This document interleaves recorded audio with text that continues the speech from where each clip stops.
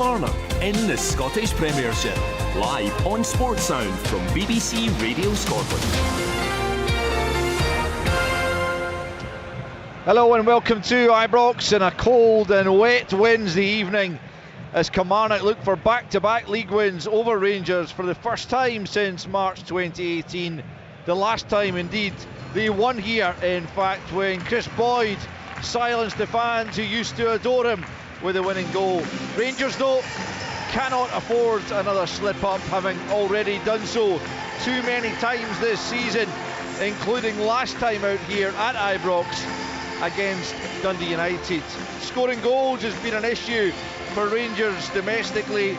Only Motherwell in the top six have scored fewer than Rangers, 18, and Kilmarnock will look to frustrate them again tonight as they look to push back up towards the top half of the table themselves. As you can probably hear in the background with the music cued, the teams have emerged onto the pitch at Ibrox, which is certainly damp as a result of the heavy rain we've been having in the south side of Glasgow over the last few hours, but it looks in good condition nonetheless as the players just go through their handshakes with each other and the referees, and then we'll soon be underway. Kilmarnock are in a change outfit this evening of a sort of silvery top with blue shorts and blue socks. We await with interest exactly how they are going to line up. We've been debating it pre-match.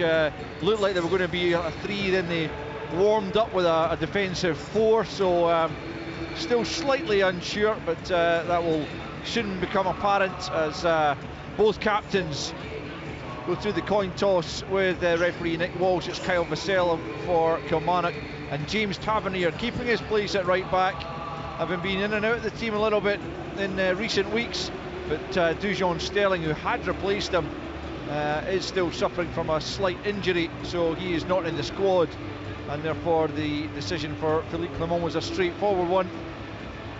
But three changes for both sides from the weekend games. Rangers from that narrow win over St Johnstone up at McDermott, and Kilmarnock from the draw with Dundee.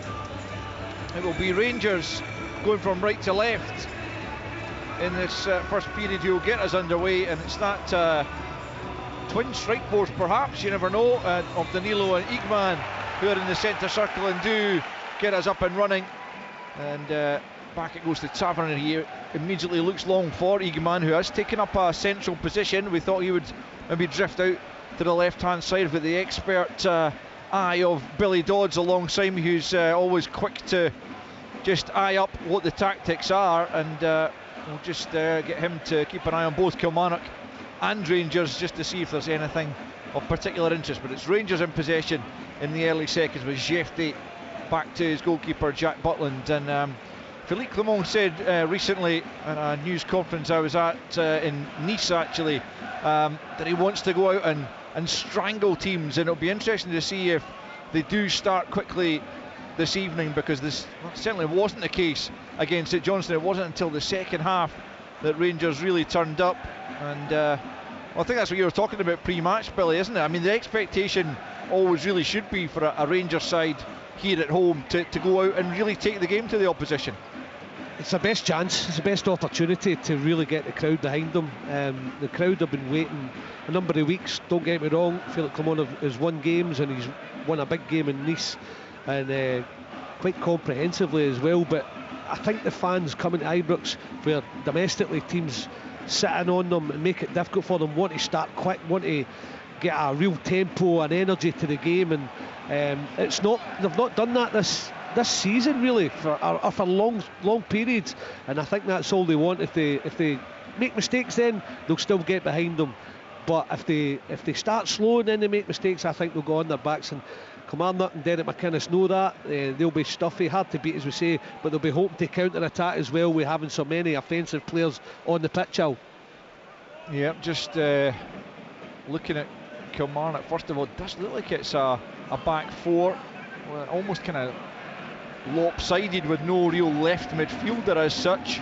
It does depend. It's like a pendulum. It does become a 5 at times, and then it can go into a 4, because when it goes down that side, that's when Bainbridge will go out, and Armstrong will tuck himself round to make it a 4, and it's the same vice versa. I think it's a centre. I think it's a 3 at the back. I might be proven wrong, but Derek McInnes does that. He turns into a 4 at times, but he's happy if Rangers are getting plenty of possession and pushing them back. He's happy to turn it into a 5 as well. And equally, talking about Igman, it does look like he's pretty much through the middle with Danilo. Hadji was kind of looking out to the left hand side. It's like a 4-4-1-1 with Hadji playing on this left hand side at times.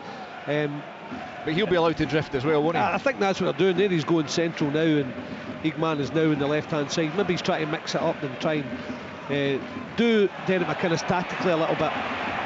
Yeah, well, two managers who will both try to get the better of each other over the course of these 90 minutes as Hadji picks up left hand side. We played 3 minutes, no goals and no real incident as such so far, as Tavernier gets it out to the right hand side to Czerny up against Bainbridge, who started the first game of the season down at Rugby Park against Celtic, and I actually thought he was pretty impressive. Actually, it was at Celtic Park, that one, and I thought he was pretty decent, but he hasn't played a whole lot of football since, certainly not from a starting 11 point of view, but he's in tonight for this big game and a big test for his side as Jefty gets it into Hadji, back to Balogun, who is preferred to Proper, and by all accounts I didn't see all of that game at McDermott Park, listened to it on the radio, and it sounded like Proper was pretty uncomfortable, and Balogun, when he came on, was a lot more comfortable. And from what I've seen, Billy, and I'm more interested in your opinion, but I think Balogun as a central defensive partner for Suter is a better one, a better option. I understand what you're saying, Alistair. I watched the game and I've seen Proper being like he takes his time at times. He's one where you just want to get it and start it, but defensively there's frailties with Proper as well. He's not the quickest, he goes to ground quickly. He's not dominant centre half. The last time they played Kilmarnock, he got bullied a little bit by Vassell and was taken off as well. So I can understand why they've chosen Balogun tonight, and it's just his age. He can't churn out every game, Balogun, but he's at his fittest, and when he's not at a lot of games, he's certainly, for me, a better centre half. Igman can't control it. It comes to Czerny, right hand side to the byline. He goes, touches it back. Igman, shot, but it's wide, and it rippled the net as it came back off the advertising holdings. I think some of the ground thought it had hit the back of the net, and Billy, it really probably should have. Yeah, I mean, it was patient play as well from Czerny. When he got the ball, he could have just flashed it across. He didn't. He turned it back on his favoured left foot. Then he didn't have many numbers in the box. It was just Igman and Danilo, and Igman was standing in that front post area. Maybe from this angle he was giving him the benefit of the doubt, but maybe he was just beyond that front post, because when it was pulled back by Czerny to about 6 yards, you thought he'd smashed it home, but he smashes it just to the outside of the post. Balogun wins the header as McCrory clears it long. Former Rangers goalkeeper didn't get many opportunities really at Ibrox, just 7 appearances all told, last one coming last season against Dumbarton in the Scottish Cup, but pretty much established as Kelly number 1 over the course of this season so far, as Kilmarnock battle for the ball in the middle of the park, but Raskin picks up midway inside his own half, holds off a couple of challenges, and applauded by the fans for doing so. Just touches it back to Tavernier, plays it back to Suter, still midway inside the Rangers half, forward to Diamonde, who is in that role that you really feel suits him better than the 10 does, back in centre midfield alongside Raskin, with Barron on the bench this evening. Here's Hadji left hand side into Jefty, who's in an advanced position about 35 yards from goal, looks up. Hadji's just gone advanced of him, just outside the box. Hadji twists one way, then the other. Tavernier's also up in attack, leaves it to Czerny. Czerny cuts infield onto the left foot. Can he find room for a shot? It's Bainbridge that's sticking with him. He finds a pass to Igman. Igman wriggles away. Oh, that's inches away from the top corner. He really bulleted that towards goal. Got a little bit of whip on it, just not enough in the end to let it come down and find the top corner. But Igman showing why he's been selected from the start once again by Philippe Clement with the effort there. To be fair to them, Rangers have started quickly. They're moving the ball. We said it to Kenny pre-match, where it's a quick pitch. They've got to get it moving. They've got to get possession. They've got to get plenty of it, so they've got to move it quickly and slickly, and they've done that from the start of the game. And when he cuts in, you're thinking he's just bent it in that top left-hand corner of the Kilmarnock goal, but it just misses the crossbar by about what, centimetres? A foot or so. Okay, at the most. At the most. It wasn't far away. I was just over the crossbar anyway. But brilliant play from Igman, just to cut inside and let a shot go. Kilmarnock at times, I'm watching them. They've got that 1-1 formation, Rangers, and Hadji he's coming to the left, but then he's drifting. So he's mainly in the left, but it's a free roll. But it's Brad Lyons who's going away back into the back four, and that lets the other left centre half get away out to the winger if he needs to when the full back comes forward. But it's Brad Lyons that's picking up the one. It's like a 10 because he thought Hadji was playing there. But you watch when he goes right up front to make it a 4-4-2 at times, he goes into the back four no problem. Yeah, interesting stuff from Billy Dodds. And Rangers will have a free kick here. It was coming together. I think it was Balogun and Vassell. And I think Vassell is just needing a moment to get back to his feet. Yeah, it is indeed the Killie captain, and he's just maybe a little bit winded from that challenge, but he's been the one who's penalised. Just touching on that, I'm looking at Derek McInnes, and he's not happy with the way things, so he's pushing Brad Lyons up one now, and he's telling Ndaba, who's more capable, to go and back and play as a centre half. He's just dropped now, and he wasn't happy with that setup. That was Brad Lyons been forced back. Now it's Ndaba, and it's more comfortable for him. Yeah, it was Ndaba just shepherding that back to his goalkeeper as Danilo was in the chase. Raskan clipping it over the top, just a little bit too much on it, and it skipped off the surface into the arms of McCrory, clad all in red, as Ndaba does pick it up on the edge of the penalty area, out to Bainbridge on the left hand side. He goes down the left channel. Yeah, Balogun battling away there with Vassell. That'll be an interesting battle, but Balogun looks well up for it. And Commander have switched to a 4 now. I saw Derek McInnes just saying go a 4. He wasn't happy with the way Rangers were moving about.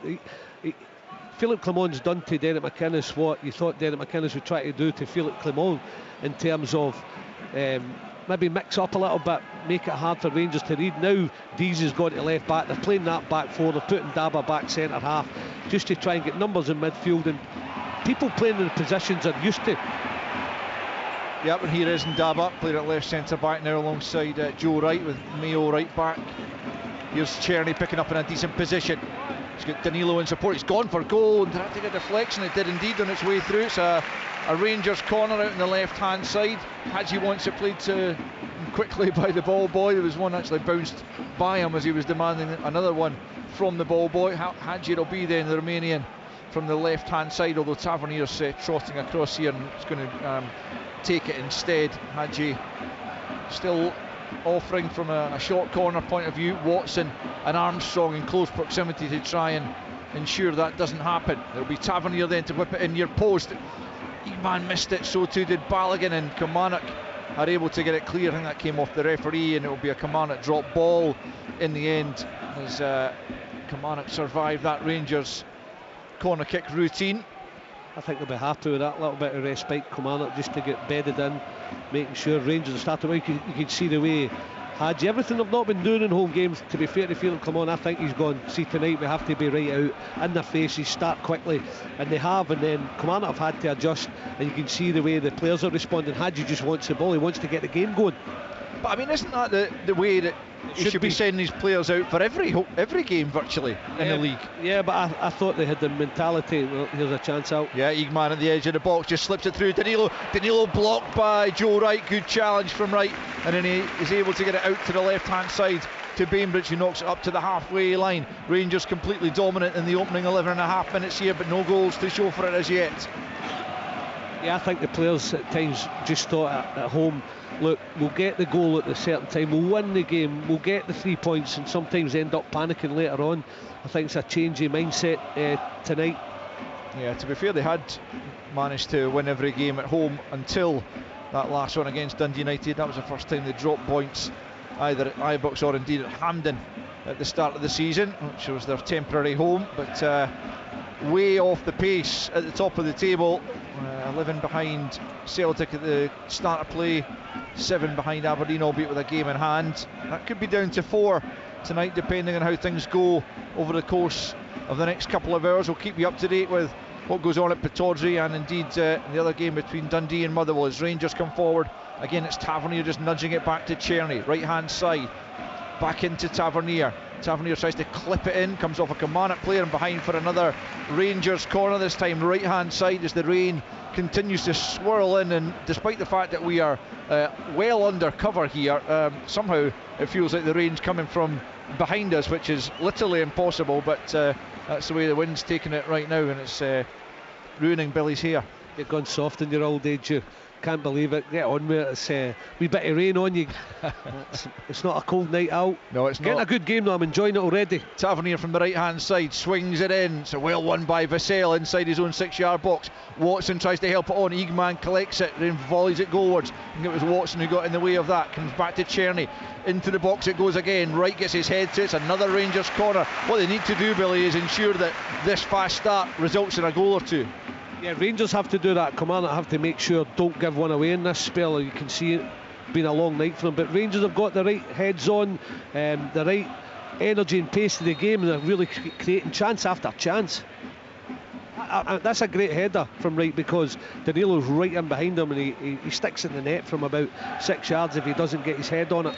Slight delay here as Nick Walsh separates a couple of players in the box as Tavernier again swings in. Eagman's there. Oh, it's over the top from Suter, who came in at the back post.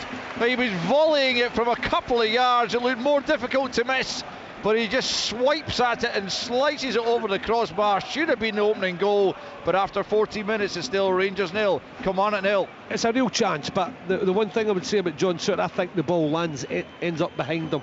When it's flicked on, he's gambled, but he's gone in front of the ball, and he's tried to make sure he gets his right leg up, because the corner's come in from the Rangers right hand side. It's flicked on and it's behind him, so he's trying to flick his right leg up at the death just to try and force it over the line, but can only get something on it and knock over the crossbar. I think he's a wee bit unfortunate there, John Suter.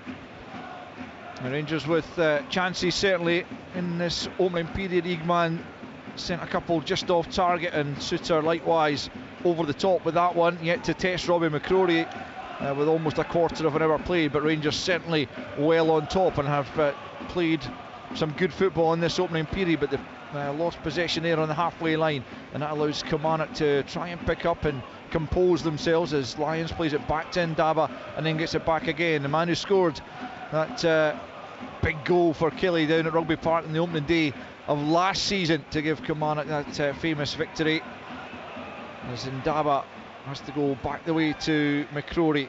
Quarter of an hour played at Ibrox. McCrory clears long over the halfway line. Bainbridge watches it. Tavernier challenges him, comes off the Rangers captain and out for a throw-in over on the far side. No goals in the other 7:45 kick-off. The game at Pittodrie will be getting underway around about now. We've got reporters at both, so we'll be able to hear from them over the course of the respective first periods. But here it's Rangers having to defend as Kilmarnock look to come forward.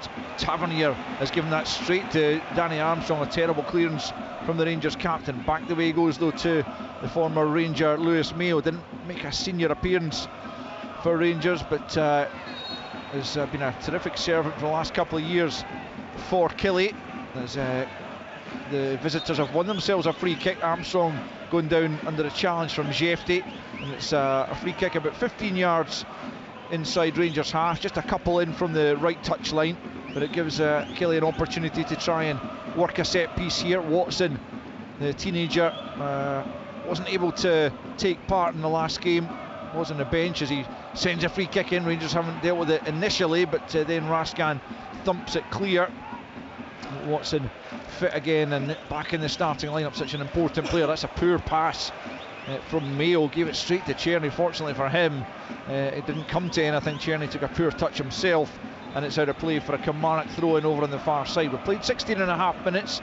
Kilmarnock just perhaps feeling their way back into the game after an early onslaught from Rangers, but no goals from either side thus far. I would agree with you, Al. After we started the last couple of moments, Kilmarnock have settled a little bit, and that was because they took the ball on the left hand side and they got it up to where their strengths are, and I don't mean physically as well, yes, but they've got two up front at times, try to play that 1-1 with Vassell and Watkins, and they just turned it and it got Rangers in a wee bit of trouble, and then they got a bit of the ball, made a couple of passes, and it just settled them a little bit. I think they have to do that. They're not going to play their way through. They've had to defend loads, even, you know, use a lot of energy this early on in the game, so when they get it, sometimes just turn it up to the big two. There's been a goal against Park early on, so let's hear about it from Brian McLaughlin. Yeah, it's Dundee 1, Motherwell 0. The goal coming after 14 minutes. Scott Tiffany got the better of Jai Tavares down the left-hand side, played the ball into the path of Adewumi, cut inside and fired a wonderful right foot shot that gave Aston Oxborough absolutely no chance. Dundee on top. Dundee 1, Motherwell 0. Thanks, Brian. Danilo at the edge of the box, back to Hadji. He was waiting on it there, but Lyons wasn't. He's able to poke it away. Balogun picks up, plays a short pass to Raskan. 1-0 Dundee then against Motherwell, as Czerny comes in from the right hand side. Away from Dees, plays it to Tavernier, who's inside the box. Last ditch challenge comes in there from Bainbridge. Tavernier unable to get it across goal, but Raskan picks up and finds Czerny. But 30 yards from goal into Danilo. Danilo at the edge of the box, plays it out to Tavernier, right hand side. First time ball in, Igman can't reach it. Hadji nods it down to Jefte, who swipes it clean in, and Vassell can bring it clear away from a couple of challenges. Good play from the captain, so good at holding on to possession and getting his side up the park, and he's picked a pass for Armstrong on the halfway line. Armstrong coming in field, Rangers failing to close him down. He's got it back to Vassell, little step over away from Diamondi. Vassell bringing Kilmarnock right up the park as Bainbridge picks up left hand side. Kilmarnock looking for a way to threaten that Rangers goal. Ball comes off Tavernier and it's out for a Kilmarnock throw-in away over on the far side, down near the corner flag as they attack on the left, and have managed to survive a pretty dangerous looking attack and get themselves right back up the other end. Yeah, much better Mayo the last couple of times. You mentioned the first time up the left hand side, then he gave another slack ball away in the middle of the pitch, and then Rangers were at them, but Vassell picked up the clearance, and that's better. They showed a bit of resilience, a bit of belief, just to go and make a couple of passes. Vassell getting at a couple, making a pass, and they get high up, earn a throw, and it's better from command. They've got to keep the ball better. Rangers looking to counter, but it's given straight away back to Kilmarnock, and you can hear the crowd just beginning to get a bit frustrated at that. But Rangers have been decent, to be fair, in the opening period. Hadji goes back and wins the ball from Watson, and the referee's given a foul against the Romanian, and Hadji's complaining to the assistant, but it was Nick Walsh, I think, who gave it. Maybe he got a bit of instruction in his ear from Dougie Potter, the assistant, but it looked like a clean tackle, I have to say, albeit he had come from behind, but he just wrapped his leg around and seemed to win possession back cleanly, but the referee thought otherwise, and so David Watson and Danny Armstrong can try and create something again here. Midway inside the Rangers half, this one, a bit further in from the touchline, about 15 yards or so in from the right touchline, as Kilmarnock look for the opening goal here. It'll be Watson then to curl it into the penalty. It's a good ball, and it's Vassell who wins the header, but he's offside in any event as he sends the header well off target. 20 minutes in, Rangers 0, Kilmarnock 0. Yeah, I think I'm like you, they were a bit fortunate to get the free kick. I thought Hadji did well, get his leg down, got plenty of the ball. I didn't think he barred through the back of young David Watson, but they get it anyway. Rangers, that zonal set-up, it's a decent ball in from David Watson. They'll get plenty of runners. They had Watkins, they had Wright, and Vassell at that back area. Just couldn't do enough with the header, but it was offside anyway. 0-0 then. You're listening to Sports Sound on BBC Radio Scotland. A choice of commentaries for you tonight. This one, Rangers Kilmarnock or Aberdeen Celtic, is also available on other frequencies as Hadji picks up, tries to feed it through, and Daba will just knock that back to his goalkeeper though inside his 6-yard box. McCrory goes long first time. Raskan and Watkins both miss it in the aerial battle, and comes out to the left hand side and just seen out of play there by Mayo. It'll be a Kilmarnock throw in. There's an offside flag actually against Igman, so the free kick will be awarded instead. Kilmarnock certainly have just settled in the last 5 or so minutes, and Rangers have lost a little bit of attacking impetus, but Ndaba almost presented that straight to Danilo. He really got away with that. He managed to recover in time to get the pass away, but completely miskicked, and Rangers have the throw in over on the far side, halfway line. It's Raskan. Rangers 0, Kilmarnock 0. as Rangers desperately hoping they can somehow narrow the gap on at least one of the top two tonight. As Diamondi picks up. We've had another goal at Dens Park. Let's hear about it again from Brian. It's an equaliser for Motherwell. Stamatopoulos this time on target. It was a shot came in, McCracken spilled it and it fell straight at the feet of the Australian striker and he hammered the ball home from close range. It's now Dundee 1, Motherwell 1.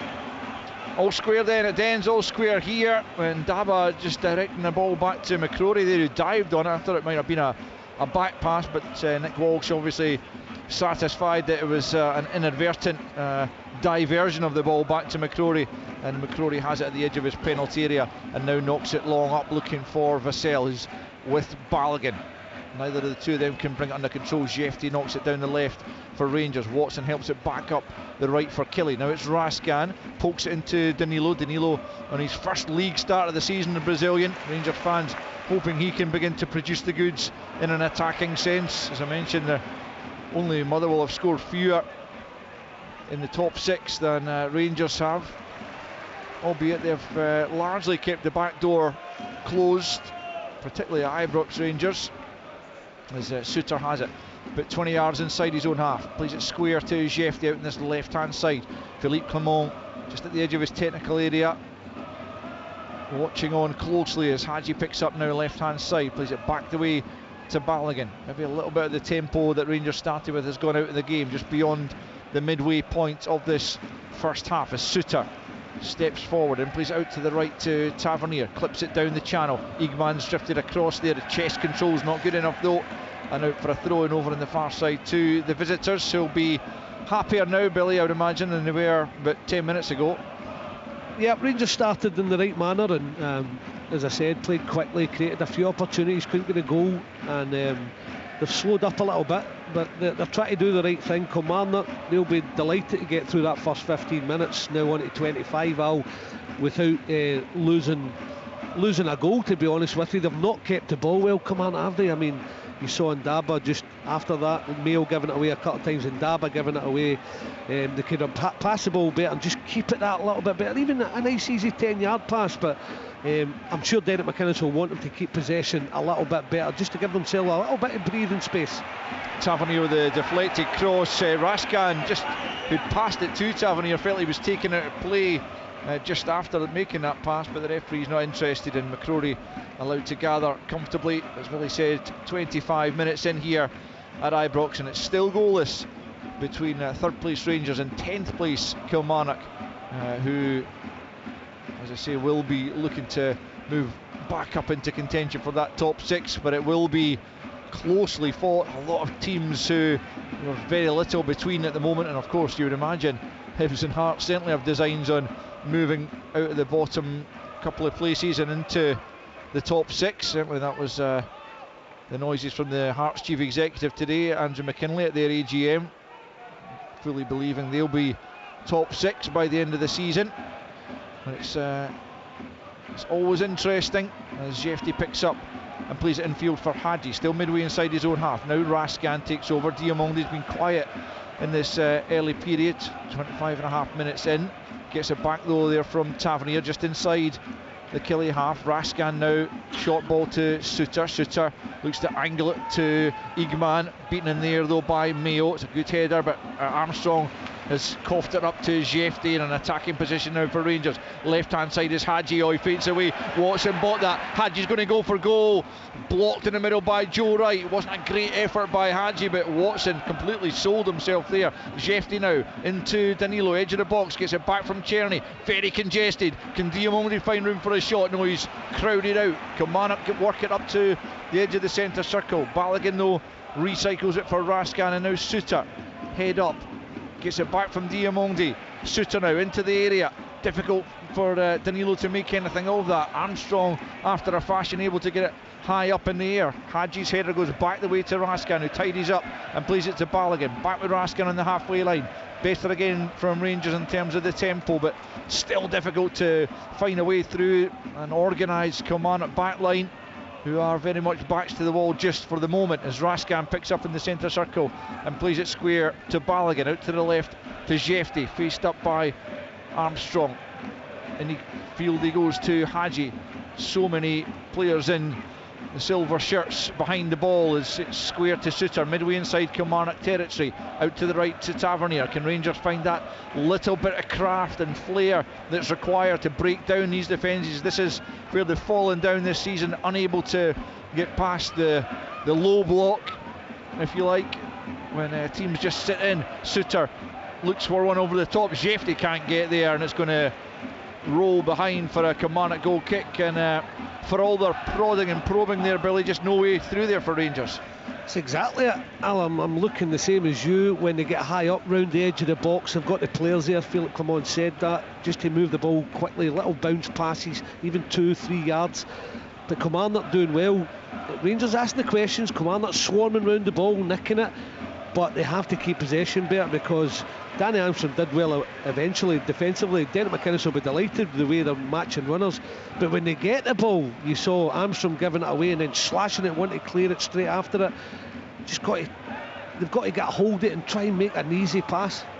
Jefty's conceded the corner. It was Balogun under pressure from a combination of Watkins and Vassell, who high-five each other as Balogun and then Jefty forced into evasive action. It will be Kilmarnock's first corner of the evening, right hand side, and with the goal, the scoreline standing at 0-0.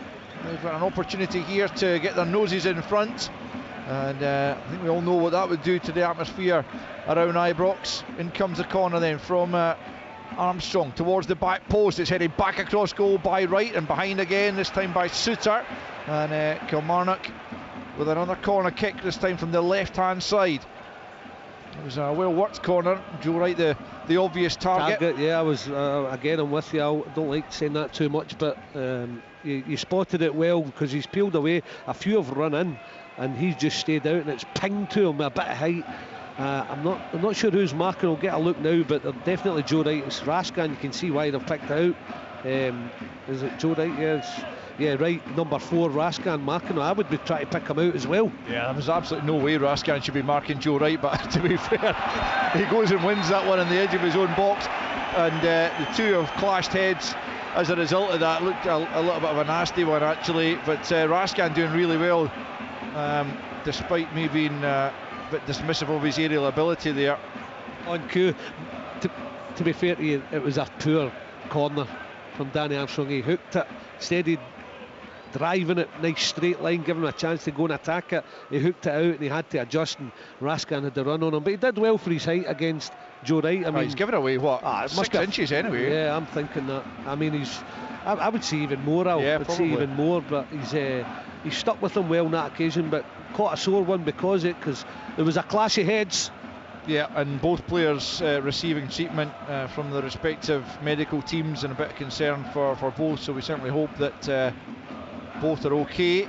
But chance for both managers now to get the rest of the players round about them and get some instructions on. Certainly Derek McInnes is doing that. Philippe Clement just having a word with Yanis Hadji down on the touchline, but Derek McInnes has got, well, mainly his defenders round about him, isn't he? He's obviously looking to make sure they're organised.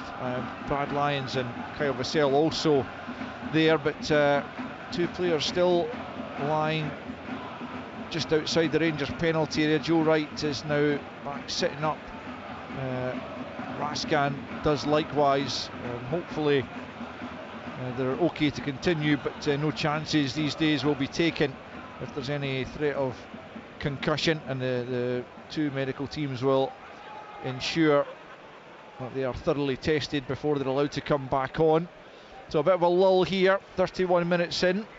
Good to see they're sitting up though. Yeah. I was worried when they clattered the heads. Then McInnes just talking to his players, just going to say they're going to move you about at times, stay narrow, stay with your runners, but you're going to have to face like a lot of movement in front of you, so just plenty of talking as well. But I think he'll also be saying to them, when we get the ball, can we just move it nice and quick and keep possession for a little while? I'm not saying play your way right up the park, but just make 2 or 3 passes to give yourself that bit of respite, because all you're doing just now is clearing it and they're coming right back at you. 1-1 between Dundee and Motherwell in the other game that kicked off at 7:45. Goalless at Pittodrie between the top two. Second placed Aberdeen against the league leaders Celtic. And still goalless here between Rangers and Kilmarnock. Joe Wright is back on his feet and is walking off with his physio. Raskin still getting some treatment on the edge of the penalty area. I wonder if he might have to be replaced. Conor Barron would be the obvious natural replacement in there. He's getting a bandage, is he, Billy? I think so. It looks as if he had a bit of claret. Oh yeah, we can see it in the big screens now. Yeah, I think he's obviously needing a few stitches. Might try to get him to half-time out. Yeah, 32 and a half on the clock right now as Nico Raskin's helped to his feet to applause from the home fans. Little Belgian midfielder. Let's, before we restart here, just get a quick update from Pittodrie. It's Tyrone Smith. Yeah, listen, it will be a quick update. 18 minutes gone here at Pittodrie. It's Aberdeen 0, Celtic 0. A game so far of few chances. Aberdeen have had the only 2 chances of the game so far. A long ball over the top. Duke got on the end of it. The shot was well blocked by Kasper Schmeichel. Then just a few seconds ago, he had another free kick from about 25 yards. It was easily gathered by the keeper. 0-0 here at Pittodrie. The weather's the winner so far. It's making good football almost impossible. Alistair. Thanks, Tyrone. 0-0 then at Pittodrie. 0-0 here as play resumes. Joe Wright is back on. In fact, he's gone up for an aerial battle there with Igman and wins it. Didn't look altogether happy as he landed there, but Raskin is ready to come back on as well, all bandaged up. Here's an opportunity for Watkins over the top. Suter trying to get back with him. Gets the block in there. Suter does well in the end. That was the match-up at Rugby Park that Watkins really got the better of John Suter on that occasion to score as Raskin's allowed back on the field. Danny McInnes not happy with that as he immediately picked up the ball, and Igman, he's brushed aside by Danny Armstrong. That was all too easy for Kilmarnock to win it back, and here's Vassell. But we'll go back to that good challenge from Suter on Watkins just a moment ago. He makes another good one on Vassell on the halfway line. Czerny was waiting on that. Crowd aren't happy as Dees nicks in, and grumblings from the Ibrox stands just beginning to become more audible as Raskin has it just inside Kilmarnock territory now. It's Balogun, plays it square for Suter, who made a good block just a moment ago to deny Marley Watkins a clear shooting opportunity. That goal you're talking about was definitely in his mind, because when the ball was over him, he made sure, I'm getting in goal side. He tried to go shoulder to shoulder down at Rugby Park and get absolutely buffed. So on that occasion, I'm going to get goal side, I'm going to stay strong, and it was brilliant from John Suter. Yeah, to be fair, that bit of play down at Rugby Park is one of the few where he's been, you would say, at fault, or actually a poor bit of play by Suter this season. I think he's been excellent. More or less. Other than that, it's a poor ball over the top from Balogun. He offers the hand of acknowledgement. It goes all the way through to Robbie McCrory. We've played 10 minutes. We've got 10 minutes to play. Plus, there will be a fair bit of stoppage time at the end of this first half for the knock there to both Raskin and Wright, who happily are back with us and taking part as Balogun has to battle away there against Vassell. Manages to win that particular battle as Armstrong then is challenged by Danilo deep in his own half. Then Raskin, nice little step away from his marker, and then Jefty picks up left hand side, still midway inside the Rangers half, clips it forward nicely for Danilo, who gets turned and plays it back to Diamondi to the right to Tavernier as Rangers look to try and come forward. Czerny hasn't been overly involved, but here he is trying to step away from Dees, finds Danilo onto Hadji's well challenged in there by Joe Wright, and then Mayo just knocks it out of play. Not sure the pass from Danilo really served Hadji particularly well there, and Kilmarnock able to clear the danger. Here's Czerny left hand side now into Hadji. Can they conjure something up between the pair of them? Out to Jefty now. Jefty into the penalty area. Not a bad ball, and Daba is there to knock it out of play though, and it'll be a Rangers throw in, quickly taken by Igman. Back to Hadji. Hadji in the right foot, curls it in back post. Tavernier's there, goal! What a delivery from Hadji, and the captain is there on the back post to get the better of Ollie Bainbridge, and although McCrory got something on it, he can only push it into the roof of the net. It's Rangers 1, Kilmarnock 0. Well, it's taken a special delivery to open up Kilmarnock, because Kilmarnock have done really well defensively, staying with their runners, getting tackles in at important times. watching the movement of the Rangers players, but Rangers have kept at it. They took a quick throw in, it goes to Hadji, he just bends it in with his right foot. What a delivery it is. Tavernier's on the move, in behind Bainbridge, who switches off for a second. He watches it all the way and bundles it into the ground, and it goes into the ground high into the net. It's a brilliantly taken goal from Rangers. They've kept at it, they deserve their lead. Kilmarnock have just switched off off after 1 second really. I mean, they were trying to get to half time 0-0. It's a big body blow for Kilmarnock, but brilliant play from Rangers to get the breakthrough out. Yeah, terrific delivery from Hadji, and Tavernier at the back post, as he was up at McDermott Park. Oh, it's been checked for a possible offside. That would be a massive blow to Rangers if this was chalked off. It must have been against Tavernier at the back post as he moved in. We'll let you know as soon as we know whether the goal is going to stand or otherwise. But Hadji, as he did at McDermott, picking out Tavernier at the back post. Only on that occasion it was Jason Holt who got the final touch. This time there's no doubt that Tavernier got the shot away, and McCrory unable to keep it out. But Grant Irvin, who is the VAR this evening, is having a look at this, drawing the lines as we speak. Philippe Clement down there alongside the fourth official will be desperate for this goal to be awarded, because it could be so important. His Rangers side are probably just about deserved to be in front, but an anxious wait now for both sides. As Billy said, that would be a body blow for Kilmarnock, worthy to lose the goal at this juncture, but they might yet get a lifeline. Still we wait, must be tight.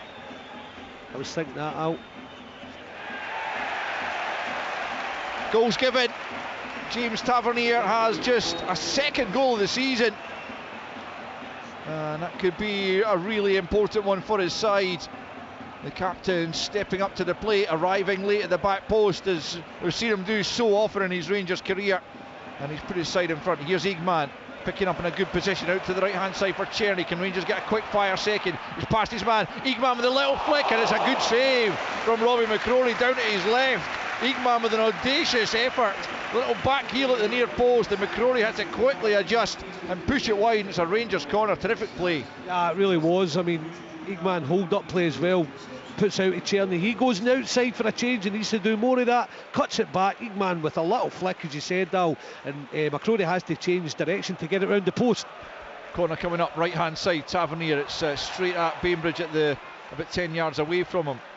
Tavernier gets it back and gets it back to Czerny. Czerny will curl it in, Suter, it's over him. Danilo couldn't quite get there, it's kept alive by Igman, but out comes McCrory into his 6 yards area and climbs highest. And Joe Wright's gone down here, and I think he's got a problem, which I'm fairly sure relates to the clash of heads about 10 minutes ago. He just hasn't looked entirely comfortable on his feet, and he's down on his haunches just at the moment, and looks uneasy about trying to get up again. And the referee quite rightly saying just wait there, and here come the medics, and I don't think he's going to be able to continue, Billy. Looks like it. I mean, you can see Nick Walsh point to his head, so he's letting the medical staff of Kilmarnock know it's back to the same problem. I think he'll be off. It'll be interesting to see what Kilmarnock do, going to the bench to find defensive options. Not too many of them on there. They've got, obviously they kind of had one extra defender almost on the pitch already, so they might just be able to kind of reshuffle slightly. And but I mean, surely Joe Wright wouldn't be allowed to continue, given that he's gone down a second time with the after effects of a head knock. And what this will be, though, will be a concussion sub, so it does mean that Kilmarnock will still have 5 others available to them, and Rangers equally would have an extra one as well, as Joe Wright makes his way slowly round the side of the park. Killie haven't made the change. Oh, here comes Jack Burrows, actually, who can play defensively, but it will be something of a reshuffle, I think, will be required.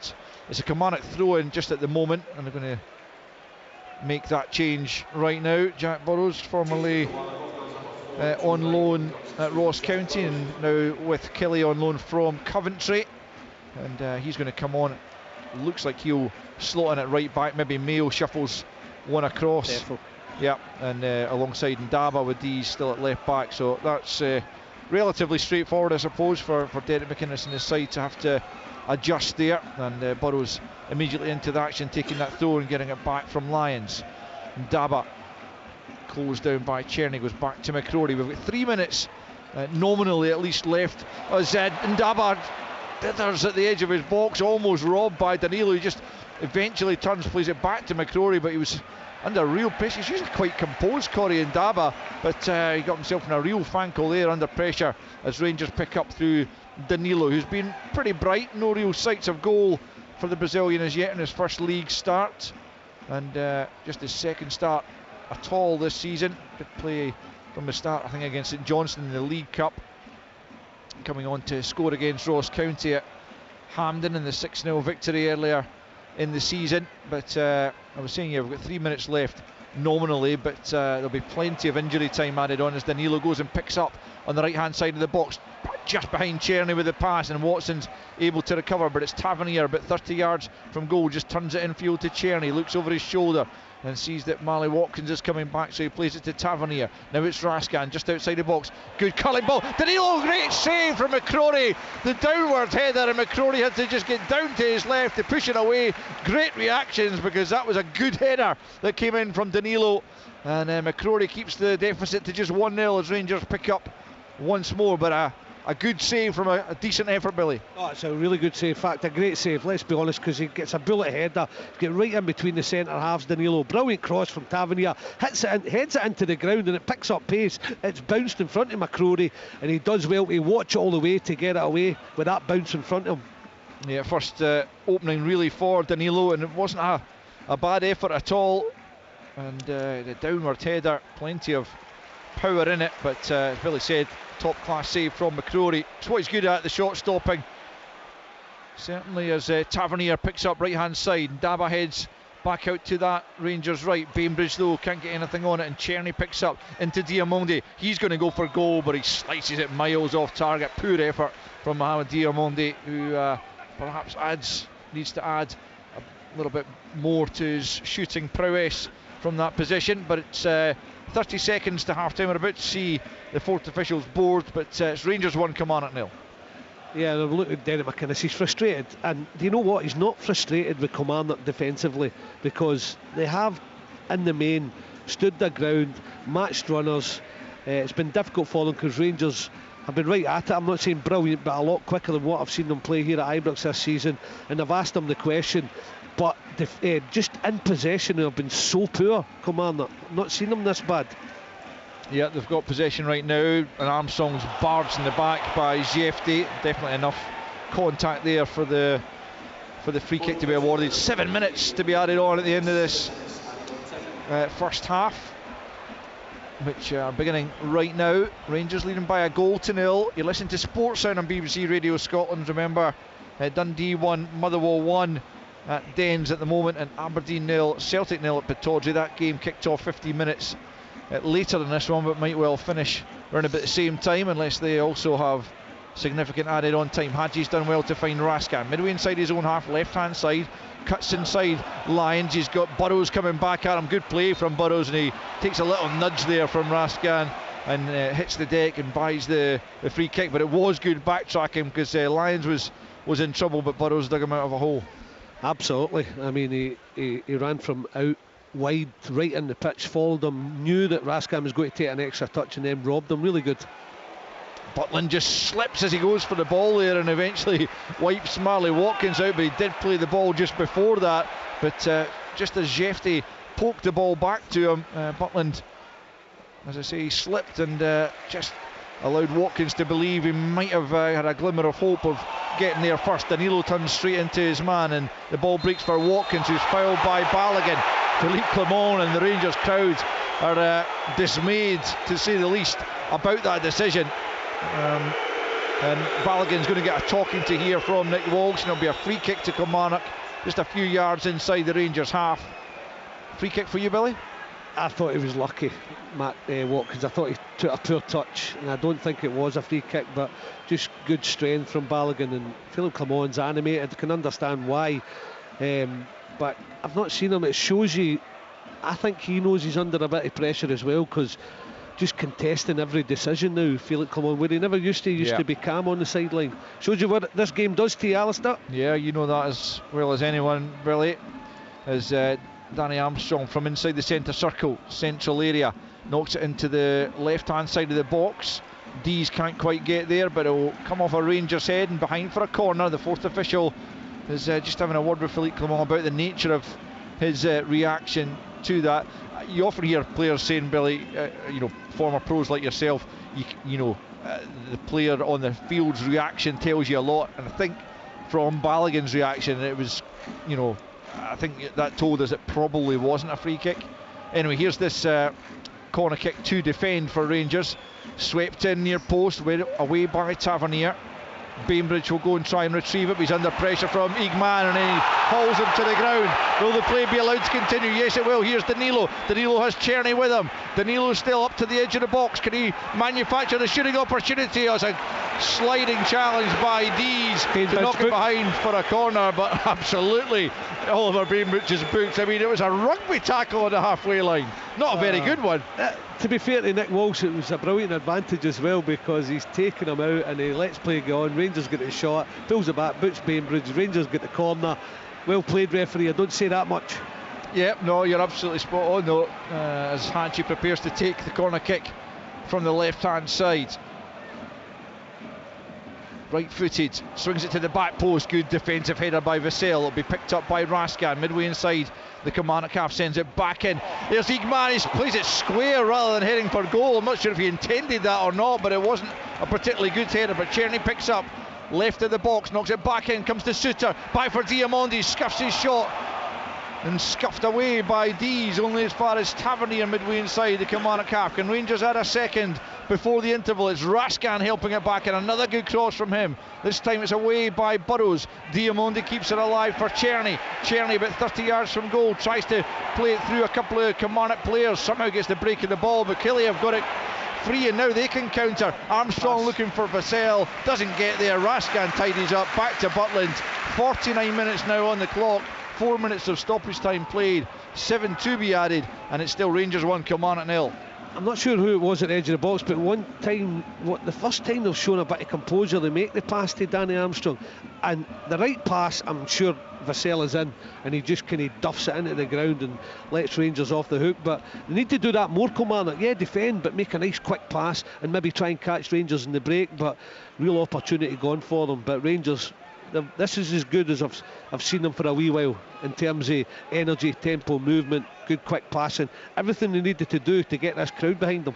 Yeah, still need to be that bit more clinical in front of goal. Yeah, not brilliant. Yeah, they've not had every ingredient, Al, but they're doing the right things, and if you do that, even if you're not playing well or give away a few passes, the crowd will be fine. Yeah.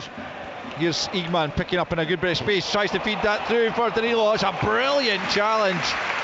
It had to be made. Was it Brad Lyons that goes back there and makes that, tracking Danilo all the way there, and he slides it behind for a corner. It was absolutely inch perfect challenge, and it had to be inside the penalty area because it looked like Igman had played it almost perfectly for Danilo to run onto, but a terrific challenge by Brad Lyons. It'll be a Rangers corner with about a minute and a half of stoppage time left to play. Right hand side, Tavernier, as Rangers look for a second before the interval. 1-0 they lead, deep in stoppage time, and it comes over Balogun. It's headed away this time by Mayo. Rangers will go and try and keep the danger on here with Jefte hoisting it back into the penalty, and McCrory takes that well under a bit of pressure there.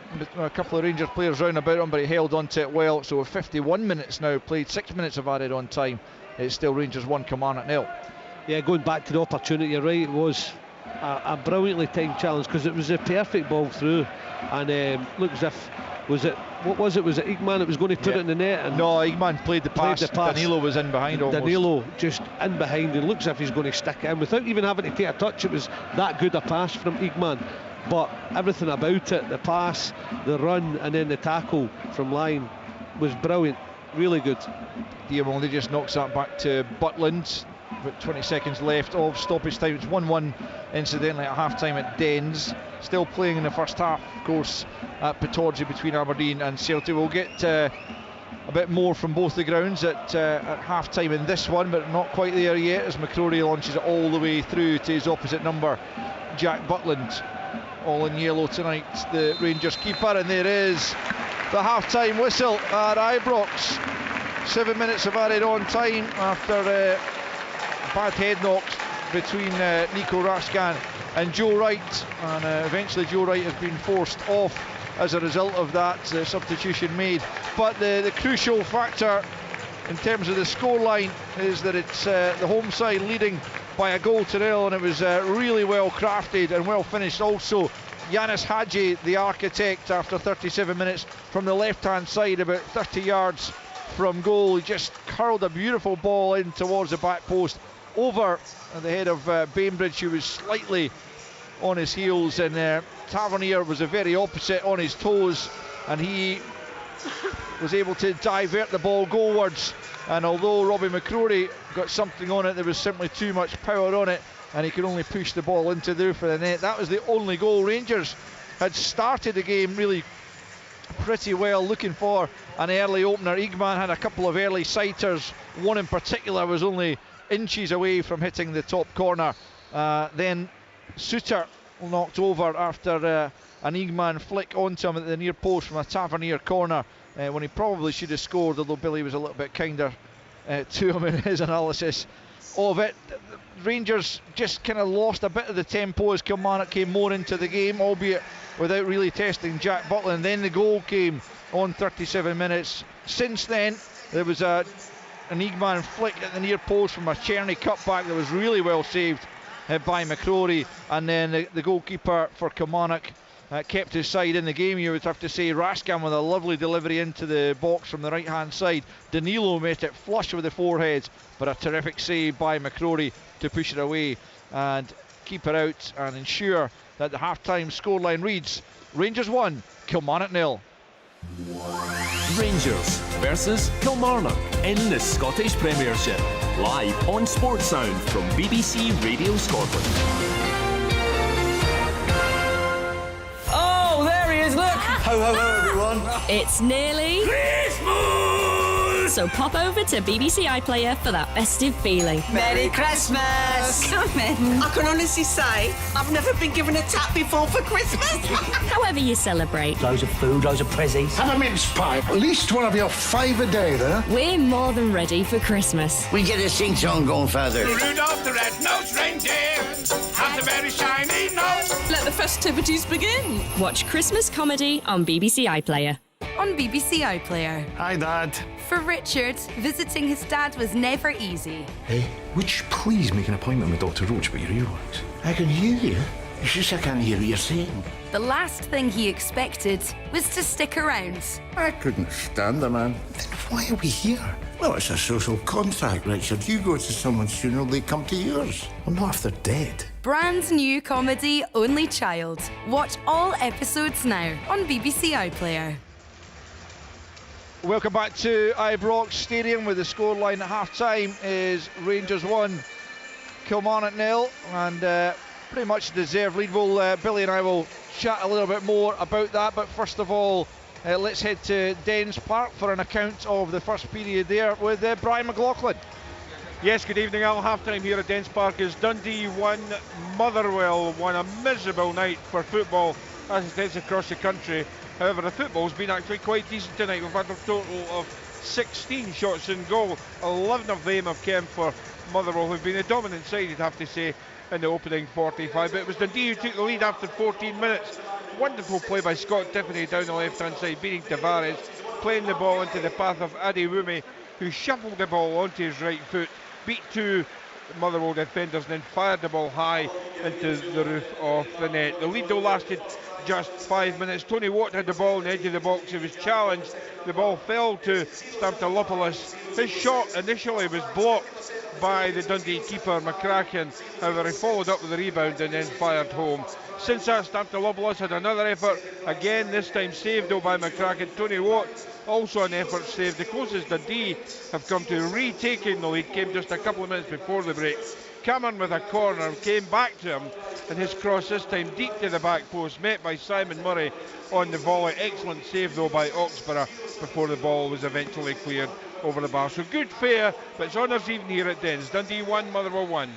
Brian, I was just going to ask you, it sounds like Motherwell have responded pretty well to the adversity of the defeat by Hibernian, obviously the criticism that came the players' way from Stuart Kettlewell, and then to also go behind at Dens. That shows a bit of character. Absolutely, Al. Yeah, and I think that's the case. They had to respond quickly, I think, because I don't think Motherwell are a team, if they go behind once or twice in a game, then they really don't come back out and challenge. But they've done that tonight. They were really strong. I think the addition of Tony Watt tonight has made a big difference up front. He's helped Stamptolopoulos quite a lot out front. And the pace, it really is fascinating to see the pace and the race between Tiffany down the left-hand side for Dundee up against Jai Tavares. Two quick players, Al, and they're both trying to get the better of one another. I'd have to say it's honours even, as is the scoreline here at the moment. But yeah, Motherwell responded really well. I think the big thing for Motherwell now is if they can keep a clean sheet in the second half, because that's something, you know, if they can do that, they know they'll at least be going back to Motherwell with a point tonight, maintaining their place of 5th place in the Scottish Premiership table. Okie dokie, more from Brian throughout the second half of that game, and indeed here at Ibrox, so he'll keep us up to date with any further goals that go in. I wonder, are we able to head? Yeah, we can head to Pittodrie, where first half is still ongoing to the best of my knowledge, and reporter Tyrone Smith can tell us what's been happening. Yes, Alistair, I gave this the big game build-up. I branded it as a blockbuster prior to kick-off. Well, we're approaching half-time here at Pittodrie, and it's Aberdeen 0, Celtic 0, a scoreline that really sums the game up. It's been a tale of misplaced passes, both sides really struggling to get any kind of grip on things. Passes going out the park when it looked easier to find one of their opponents. I'm not going to be too harsh on the players, despite what I'm saying. The weather conditions are absolutely grim. I'm looking down at the pitch just now. All 4 corner flags are all blowing in different directions. The wind's howling in off the North Sea, and the sleet is swirling. So it is really difficult conditions to produce any sort of good football. Although I would say maybe in the last 5-10 minutes, Celtic starting first period, really, I would say, in the game at all, they've started to manage to string a few passes together, trying to play some of the kind of nice football that we've come to associate with this team under Brendan Rodgers in the last few weeks. There have been 2 or 3 chances that probably are worth mentioning. Celtic were the first to threaten, in fact. The whirling wind that carried a speculative long ball right up the park. Kyogo, he looked to get in the end of it, but he really clattered Don's keeper Ross Doohan as he challenged for the ball. It was a really sore looking one. Doohan was down for quite a number of minutes getting treatment, but thankfully for Aberdeen he was able to get up and carry on. Remember, he's in the side tonight because Dimitar Mitov's been ruled out for the next 6 weeks. The last thing Aberdeen could do with is an injury to him. Young Tom Ritchie, he's on the bench. He's a substitute goalkeeper after his loan spell at Bonnie Rigrose was cancelled because of that injury to Mitov. At the other end, all the Dons went close when Duke, he got on the end of a really good ball over the top. He bore in and goal, but his low shot, it was well blocked by the legs of Kasper Schmeichel. And then just a few minutes later, he had another opportunity. It was a free kick from 30 yards, but it was easily gathered by the Hoops keeper. Just a few moments ago, actually, Celtic did go close. It was a corner kick that was swung in from the left-hand side. Paulo Bernardo, he got in the end of it, but his effort was deflected just past the post by Jamie McGrath. So we're now into 4 minutes of added time here at Pittodrie. It's Aberdeen 0, Celtic 0. Tyrone, just as I was saying to Brian, it sounds like Aberdeen have responded pretty well to the kind of adversity they faced, not only in the last couple of games, but also, I know that Jimmy Tilleen was trying to dismiss it pre-match, but that 6-0 doing at Hampden must still have been at least some of the players' minds. Well, it's funny because this was obviously a topic of discussion in the press conference with the Aberdeen manager yesterday, and I put it to Jimmy prior to kick-off tonight. Is that in their minds, or do you forget that? Because obviously everything that went wrong probably did go wrong for Aberdeen that day at Hampden, and maybe look to the positives of the fantastic comeback they produced at Parkhead earlier in the season when they came back from 2 goals down to steal a point at Parkhead. The only league points that Celtic have dropped so far in the season, but they certainly do seem to have recovered well from that. I did wonder, going back to the weather, if that was going to be a leveller in this game, and it really is looking like it is. Neither side able to play any good football. I guess from an Aberdeen point of view, they'll be hoping that continues in the second half. I do get a sense, there's a couple of times I've looked down at the Celtic players, Austin Trusty in particular. He's been waving his arms about, I think, trying to get maybe just a little bit more intensity out of this Celtic side. I'm talking about the conditions being difficult to play good football, but I suspect, maybe the Celtic players are trying to generate just a bit more intensity, be a bit more in the Aberdeen players' faces, because for everything that I'm saying, Celtic haven't really been able to work Ross Doohan at all in the Aberdeen goal. Okay, great stuff. Thanks, Tyrone. We'll hear more from you again in the second half of this one. That'll be almost half-time now at Pittodrie, as Tyrone said, into stoppage time at Pittodrie, with it's still goalless. And for a long time at Ibrox, it looked like it might head to half-time goalless here, Billy, but then we had that one real moment of craft and guile from a Rangers player, which you have to say they've been crying out for a long time. Yes, to play some decent football, but that killer pass, and Yanis Hadji, who's come back into the team in the last few weeks now, he is a man who can deliver it, and he certainly did this evening. He did, and it took something special, because what a wicked delivery it was. But it also came from the throw-in out, where the speed of the game. There's no doubt that there's something changed tonight here at Ibrox in terms of what the manager's asked the players to do, and even if they play poorly, he's asked them to speed it up, because that suits teams that sit in on you. So it came, you're talking about the goal, when the throw in, he just took it quickly straight to Hadji, took a touch, saw Tavernier's run. The cross has to be pinpoint, it was, and Tavernier just has to get the contact, try to direct on target, and that's exactly what happened. It was a piece of magic, real piece of class from Hadji. But I've been impressed with Rangers with the speed of the game, the energy, the tempo they had to play at. They had to change something. They can't keep coming to Ibrox against the teams lower in the league than them, and just keep it nice and slow and think they'll just get a goal at any time. They've picked up the pace all night. They've got a deserved half-time lead.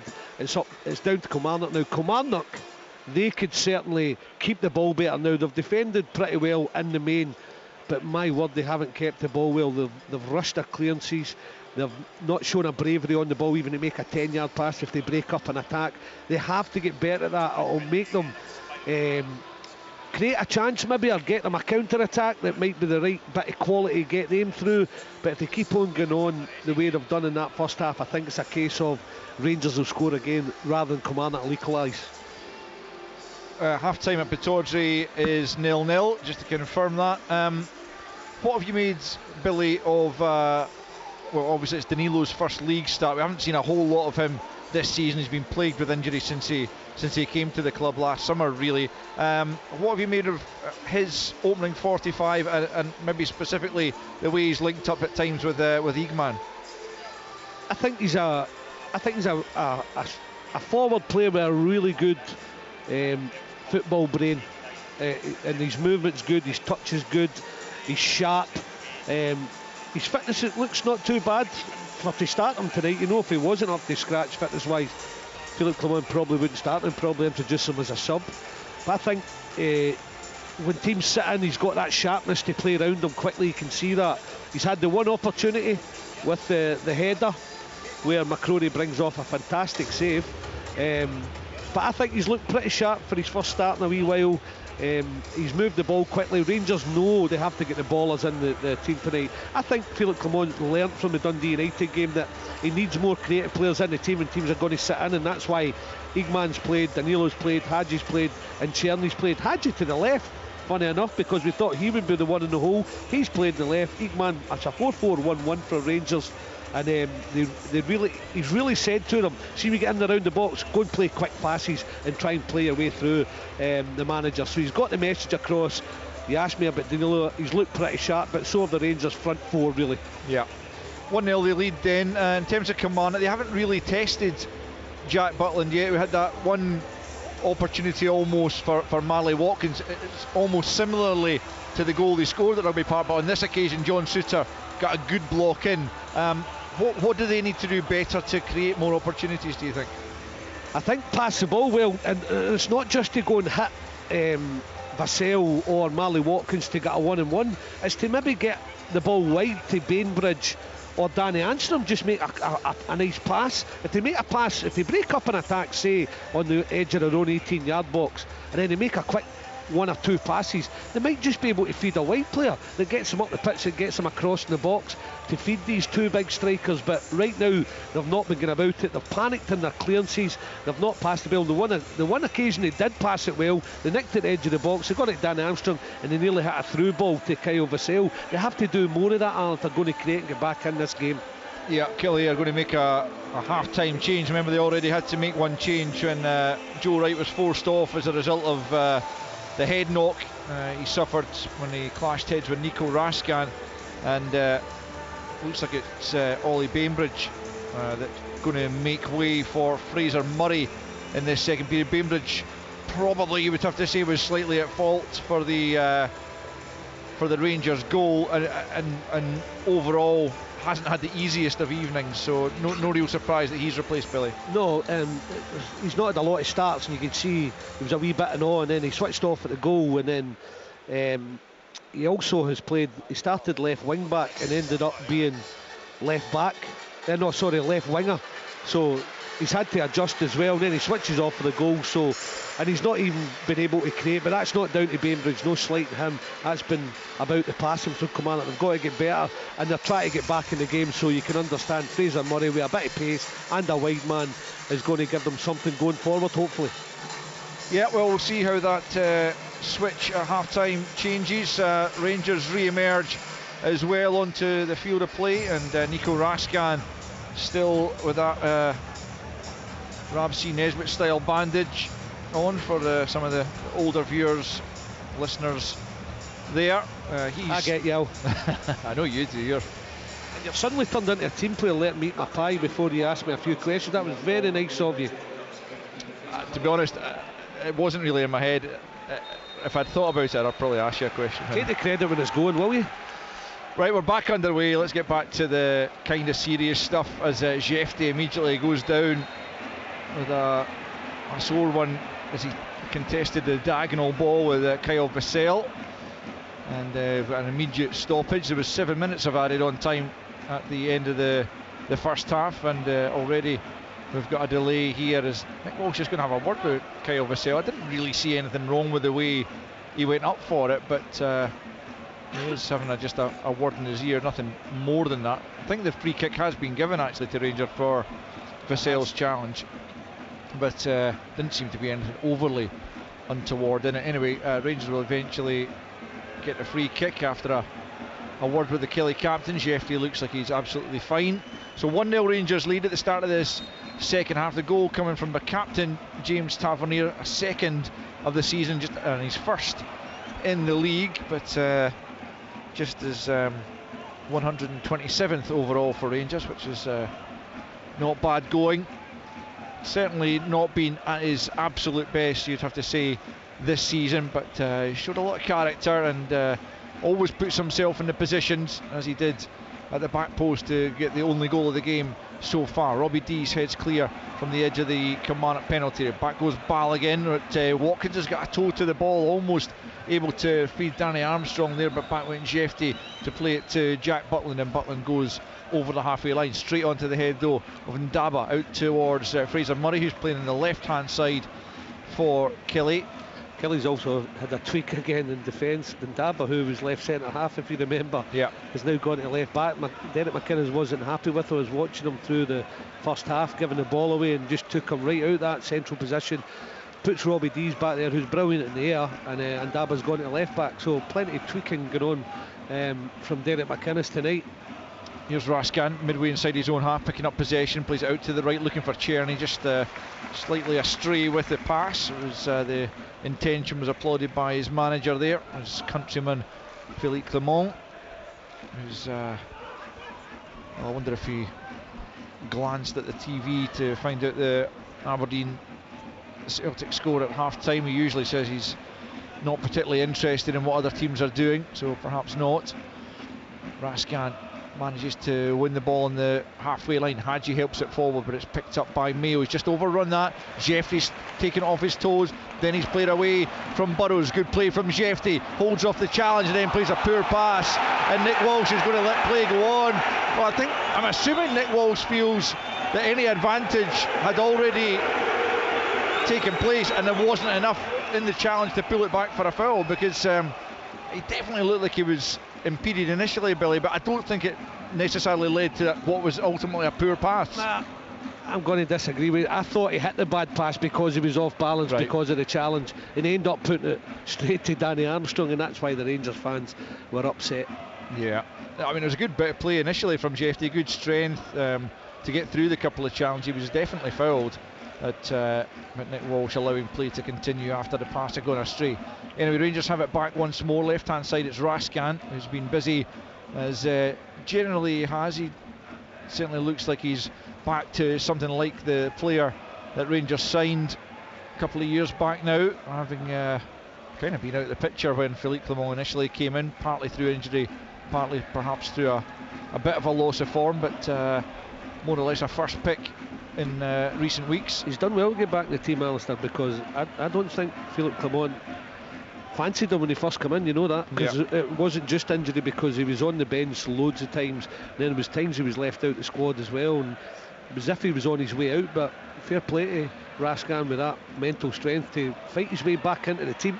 Yeah, this is his 10th straight start actually, as Diamonde's central midfield partner today gets it out to Czerny. Czerny cuts in on his left foot into a central area, gets it back onto the right, and that's charged down by Ndaba. It'll be picked up by Igman, right hand side. He swirls it into the back post. He's looking there for Hadji. It's headed away, comes out to Jeffrey. He couldn't do anything with it, and Kilmarnock clear only as far as Suter. I think Igman might have been coming back from an offside position, but he takes a swipe at it anyway. No flag goes up, but it is harmlessly into the Union Bears in that Copeland stand behind Robbie McCrory's goal, and it remains after almost 50 minutes at Ibrox. Rangers 1, Kilmarnock 0.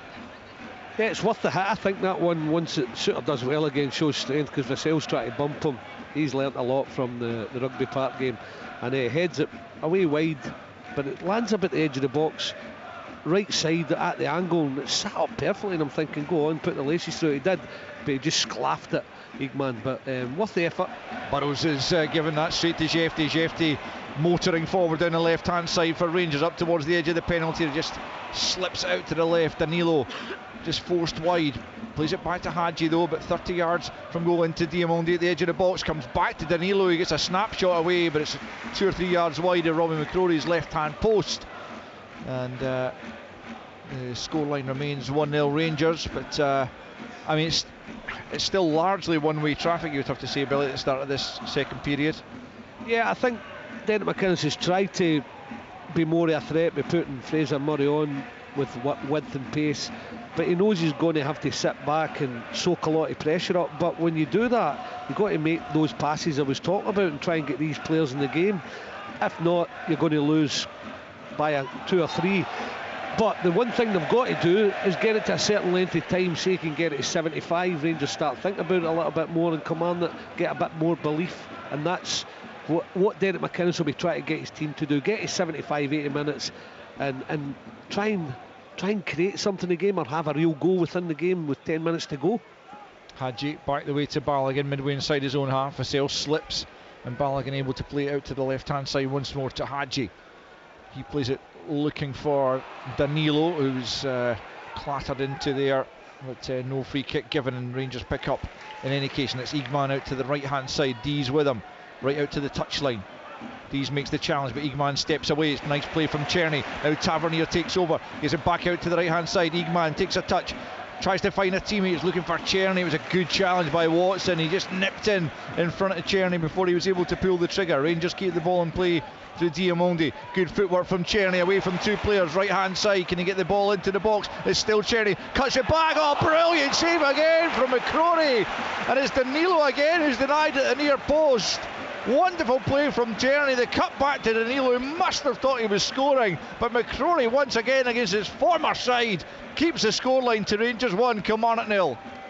Oh, it's instinctive, right on him, 5 yards, and he dives and guesses and gets a great contact in the ball to get it away because he caught it well, Danilo, but brilliant play from Czerny. Hadji picks up left hand side, flashes it across the 6-yard box. Now Danilo scored.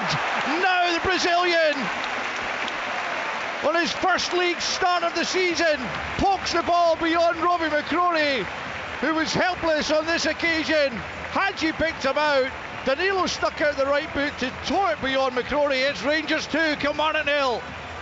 As they say, you have to say that. I mean, they've kept up that tempo in the game, the speed of the game Rangers are playing at. They're really up for it tonight, and they've not let up at all. And you can see they want more goals. They've not scored enough all season. You can see they're desperate for more tonight. Show the fans that they're really learning and picking up things and what they have to do to try and close this gap in Celtic and Aberdeen. And tonight they've shown it. They've passed the ball well. They got it. They should have been 2-0 up a moment ago, but for the brilliant McCrory save, and then it comes out to Hadji. He drops his shoulder, puts it across, and Danilo Hode's going back in for more, but he's left with a simple task because he's not picked up. Pops it home from 6 yards. 2-0 Kelly. 2-0 Rangers. Sorry. Certainly. Before the fans start worrying. Yeah, I mean, you're right, Billy.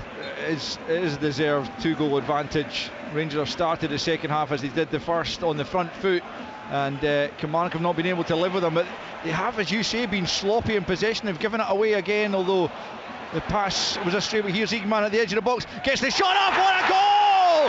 Hamza Igman, brilliant strike from the edge of the penalty area, away to the left of Robbie McCrory, who couldn't reach it. Terrific power in the shot, but it all comes from slack play in the midfield by Kilmarnock. It's Rangers 3, Kilmarnock 0. We'll talk about Rangers first, because I mean, that is a brilliant goal, a brilliantly taken goal from Igman. Once Kilmarnock made a mistake, he picks it up and drives forward and hits a brilliant right foot strike like a rocket away to McCrory's left. He's got no chance, low, maybe about a yard off the ground, like a laser. Anyway, Kilmarnock again, you can see it early doors how you just know when a team believe when they go and they come to a place at Ibrox and say, okay, we might get beaten, but we're going to get beaten by having a go, showing that we're good players. Kilmarnock have not done that tonight. That's why Derek McInnes will be gutted with his team's performance. Not defensively, even though they're down 3-0, they defended well at times. He'll be gutted that his team continually have given the ball away all night, but Rangers have still got to do their bit, and Igman certainly did. That is a first domestic goal for Hamza Igman. All three of his previous ones have come in Europe, but his first goal in Scotland added to Danilo's second of the season just a couple of moments before, and all of a sudden, in the blink of an eye, Rangers have a 3-goal advantage. Another goal at Dens Park. Brian McLaughlin, who's got it? It's a goal for the home side, and it's come, I'll believe it or not, from a Motherwell corner. It was cleared by McCracken up the field into the path of Tiffany, took one touch round the defender and then fired the ball home. That's not all the drama though. There was a Motherwell player down inside the Dundee box. The player was waved play on by John Beaton. The Motherwell players are furious that that goal's been allowed to stand, but it is play back underway. Dundee 2, Motherwell 1. Thanks, Brian. Controversy there. You'll catch the highlights on Sports Scene this evening with Stephen Thompson later on tonight, as Czerny picks up and Rangers looking for more goals. So Dundee leading by 2-1 against Motherwell. Rangers 3-0 here, 0-0 at half time at Pittodrie between the top two, Aberdeen and Celtic. But Billy, I have to say, in terms of domestic performances this season, I think this is way better than I've seen Rangers this season. Yeah, because they've gone about it the right way. They've not got themselves into trouble, not just on the field, but from the stands as well, because the stands have given them, because they weren't playing in the right manner. They weren't approaching the game, the basics, in the right manner. And tonight they have done. I was talking about it to Kenny McIntyre at the start of the game, how they've got to go about it just to get the fans on side, because you're third in the league, you're chasing two other teams. You have to show that intent, and they haven't done in a lot of home games, and that's why the fans were letting the team know that they're not happy. And then you've got to handle it mentally after that, and some of the players couldn't. Tonight they've gone about it the way they've got to approach every home game, especially when they're chasing down two teams, and that is in the faces of the opposition, but when they get the ball, move it quickly as well. So it's in and out of possession, everything nice and sharp and quick, Al, and that's the difference. Yeah, I mean, I mentioned at the very start of the commentary that Philippe Clement has said out in Nice that he wants his team to strangle opponents, and you'd have to say, to be fair to them, that's what they've gone and done this evening. That's exactly what we're saying, the same thing in a roundabout way, where they've just got to approach the game properly.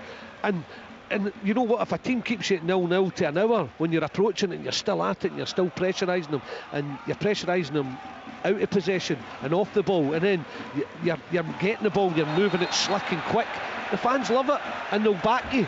But when you don't, and it's slow and pedestrian, then they'll be on your case as soon as you make a mistake. And it's happened too many times this season, and Clement has got his wish. He had strangled Kilmarnock tonight, his team.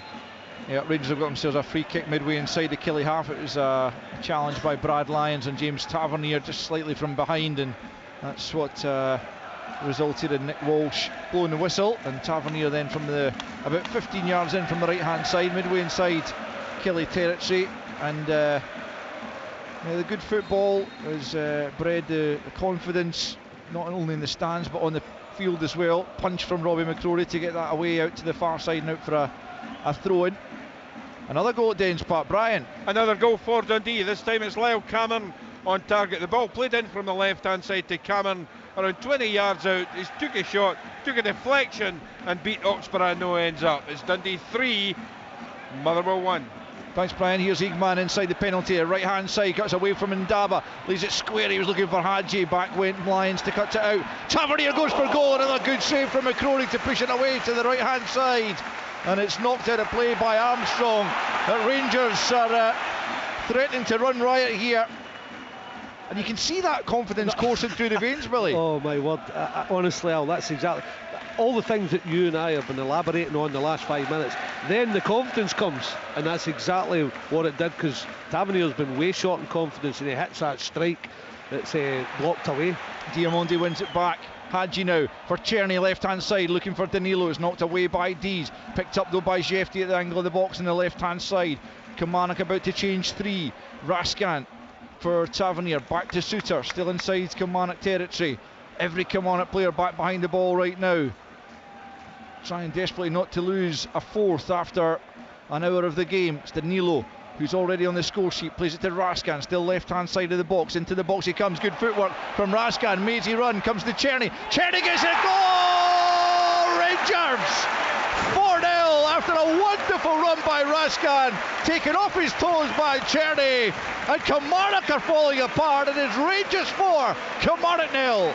Well, you talked about that confidence, and you can see now Raskan wants a bit, not that he's not get forward, not that he's not played well, but he gets himself into a forward position and he starts dribbling past people because the confidence is high, the team are up, and they know there's more goals to be had here, and he goes so far. And then Czerny, who's been Rangers' best player, two best players have been him and Suter, but Czerny takes off his toes and it's on his favoured left foot and just drives it low into the far corner. So it was a straightforward goal, but Kilmarnock really look all over the place, and Rangers are rampant. Yeah, 3 changes coming. David Watson, Kyle Vassell and Danny Armstrong coming off. On come Liam Polworth, Bobby Wales and Rory McKenzie. But it's kind of after the horses bolted for Derek McInnes. We've played just over 61 minutes and Rangers are already 4 goals to the good, and pretty much their best performance of the season so far, certainly in the domestic game, as Eagman comes back up towards the edge of the penalty area. 3 Kilmarnock players about him, he's taken down, and Rangers will get the free kick. Nick Walsh thought about trying to play an advantage there. Polworth just on the park, and he's into the book for that challenge. Well, perhaps just a bit of frustration, albeit he has only just come on, but Kilmarnock, generally speaking, must be angry with the way they performed this evening, because it's not like them. They have been, we've said it a couple of times, Billy, so slack in possession. They've been architects of their own downfall, as good as Rangers have been. That's exactly it. I mean, Rangers have been up for it. They've been different tonight. They've grown in confidence. They're getting the goals. Everybody wants a part now, but Dennis McInnes will also know that his team have been way below standard required to come here. Yeah, defensively okay first half at times, but just constantly giving the ball away all night. We said that would bring them trouble, and it certainly has. And it could be further trouble here for Kilmarnock. There has been another goal at Dens Park, but we will stay with the action at Ibrox just for the moment, as Rangers have a free kick on the angle of the box on the right hand side. Hadji and Tavernier are over it. Hadji looks like he might fancy this on the left foot. Indeed he does. He tries to curl it in. Good save again from McCrory. I'll tell you what, but for him we could have had double the amount of goals for Rangers over the course of this evening. Let's head to Brian just before this corner's taken. Yes, another goal for the home side. They now lead Motherwell by 4-1. A second goal of the evening for Lyle Cameron, who was set up though by Simon Murray. He bullied the Motherwell defence out the ball into the path of Cameron, who gave the goalkeeper absolutely no chance. Motherwell are falling apart here. It's Dundee 4, Motherwell 1. Yeah, they and Kilmarnock both home sides in the 7:45 kickoffs have scored 4. Rangers play the ball into the box. They're going to make 3 changes themselves as Dessers, Dowell and Bayrami prepare to come on just to freshen it up. Still 26 minutes to go, and Rangers 4 goals up. 3 goals have added in this second period. Raskan picks up possession. He's enjoyed himself out there. Igman knocks it back to Danilo. I mean, it's night and day, this Ranger performance, to many of the ones we've seen so far in the league this season, as Czerny looks to bamboozle Ndaba, and it's back with Tavernier, and he sweeps it just over the crossbar. But doesn't look like Rangers are finished here in terms of goal scoring, Billy. No, it doesn't, and Tavernier doing things that he's not done all season. You can see his confidence is dropping now. He's got it back in one fell swoop, getting himself forward and we've seen him do it for this ridiculous angle outside the box and whip in the far corner, but whipped it too far over the crossbar. And now all the subs being made, and fresh, and a few offensive ones as well, Alistair. So they'll be wanting, you'll see them, they'll be wanting, they've come on a lot of games, the subs, when they're thinking, oh, I've got to go and win it, the pressure's on. This is a good game for the subs to come on, want to be part of it and get themselves a goal and see if they can stake a place to get in the team.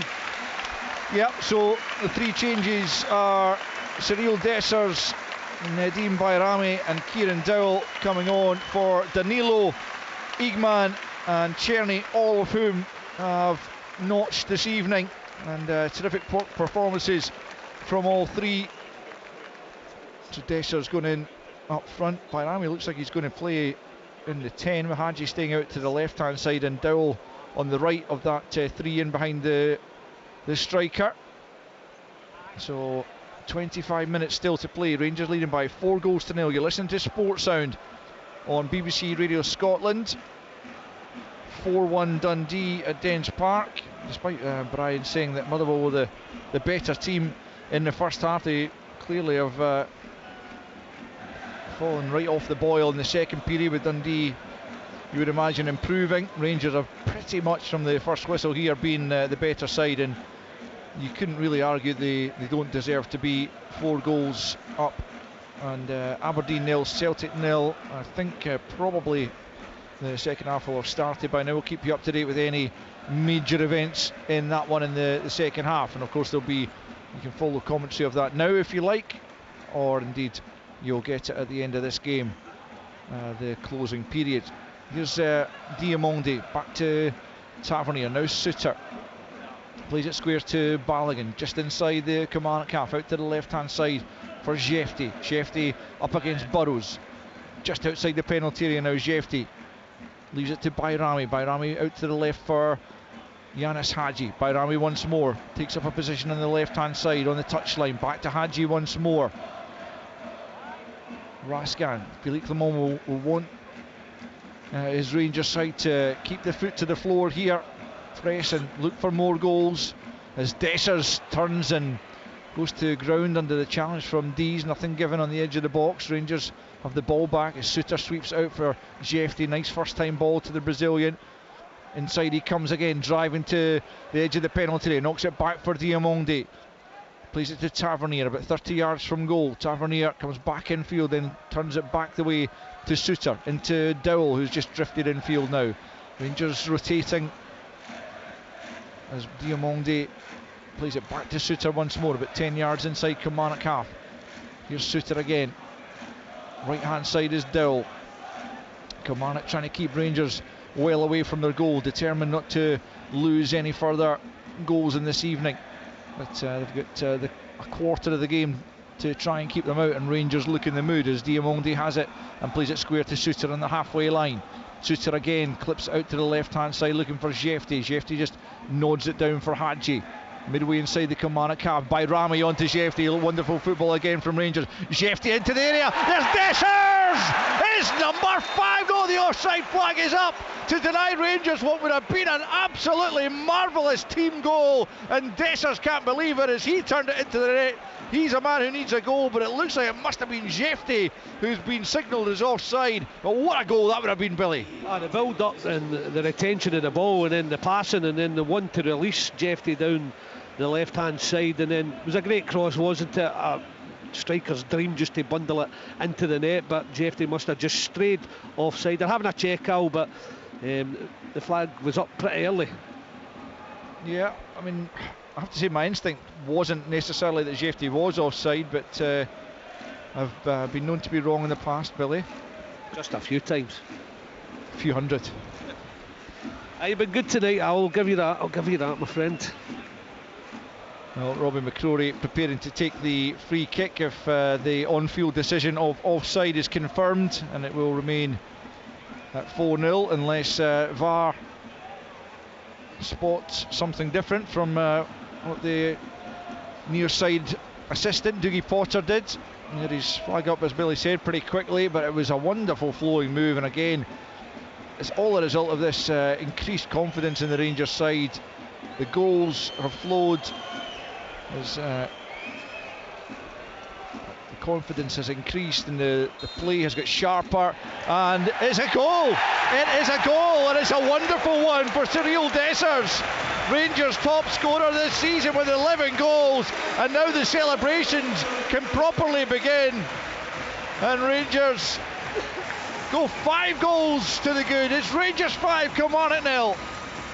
Well, all the description turned out to bear fruit, didn't it? Because all the passing, the release of the pass to free up Jefty, the quality of the cross, and then, as I said, strikers just waiting that ball, Dessers from 4 yards just to get the contact, get into the net. Rangers can score more here. I mean, it's demoralising for Kilmarnock. They really are struggling to keep Rangers at bay, and Rangers sniff blood and they want more.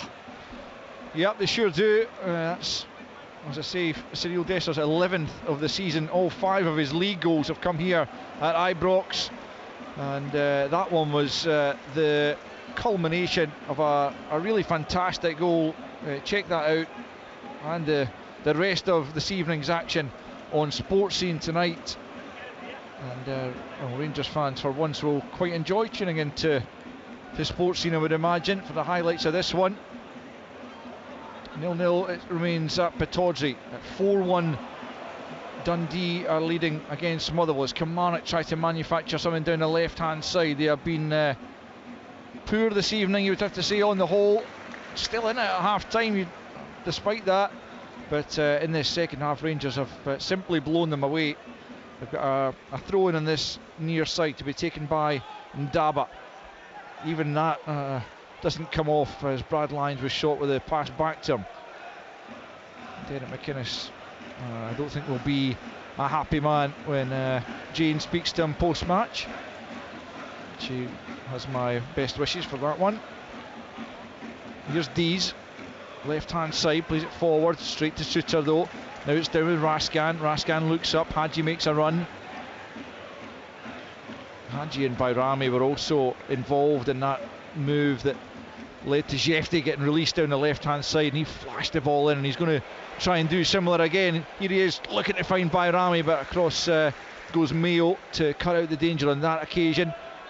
Battle again with the foul there over on the far side, and Kilmarnock will have a free kick midway inside their own half. Looks like there's going to be some more activity from Rangers. Ridvan Yilmaz preparing to come on, and you would imagine that would, well, I was going to say Jefty, but Yilmaz has played further forward in the last couple of games when he's come on after recovery from injury, but might be Hadji. Maybe Hadji, yeah. Just making sure that they don't injure him just after a long spell out, and they have been doing that. Jefty stayed at left back, and Yilmaz is going left midfield a few times. Barron as well now. Here's Watkins, edge of the penalty area. Suter gets in the way though, and Jefty completes the clearance up as far as Ndaba. He gets out to the left hand side to Murray. Angle of the boxes. Kilmarnock look for something of a consolation. Comes off a combination of Dowell and Tavernier. Diamondi then plays it off Murray, and behind for our Rangers goal kick, and Barron's going to come on as well as Yilmaz. 17 to play. It's Rangers 5, Kilmarnock 0 as off comes Nico Raskan, who got that head knock in the first half but has continued to play a really important part, involved heavily in the Czerny goal, and he comes off to a standing ovation from the Rangers fans, of whom 44,188 are inside Ibrox, albeit a few hundred of them are Kilmarnock fans. A lot of the Kilmarnock fans have long made their way down the M77 after seeing their side taken apart in the second half. Jefty is the man who makes way for Yilmaz, incidentally. So Rangers will have this goal kick. 5-0 they lead with 16 minutes left. Butland out to the left hand side, and the first touch for Yilmaz, and it is more natural left back position. Jefty also taking the applause of the Rangers fans as he makes his way around the pitch, put in a good shift and a terrific assist for that Dessers goal, the 5th that Rangers have scored this evening, as Yilmaz knocks it down for Diamondi. Then Barron gets his first touch, plays it to Balogun, and now Suter midway inside his own half. Forward it goes to Dowell. He was on his heels waiting for it, and Dava attacked it in one possession. Balogun plays it out to this near side. No Rangers player there, out for a throw-in to Kilmarnock, just about 10 yards inside their own half. Left hand side, Holworth will leave it to Ndaba. Still 0-0 then at Pittodrie. 4-1 at Dens Park between Dundee and Motherwell. The home side leads. Ndaba plays it forward aimlessly though, all the way through to Jack Butland, and Derek McInnes has a few words in his ear as a result of that. Here's Hadji just inside his own half. Rangers still keen to add more with 15 minutes to play, and really it's the first time the fans, certainly since the Ross County game in which they scored 6, but I think this has been a better performance than that one all round, as Diamondi picks up and knocks it out to the right hand side. Tavernier quickly closed down by Murray, who only succeeds in knocking it back though to Diamondi, and he plays it square to Balogun midway inside his own half. Out to the left hand side it goes to Yilmaz. Yilmaz tries to force it down the left wing, but it's come off Burrows, and it'll be out for a Rangers throw in, pretty much in the halfway line, just a few yards inside the Kilmarnock half. Back with Diamondi, quickly closed down there by Watkins, but manages to force the ball back to Balogun.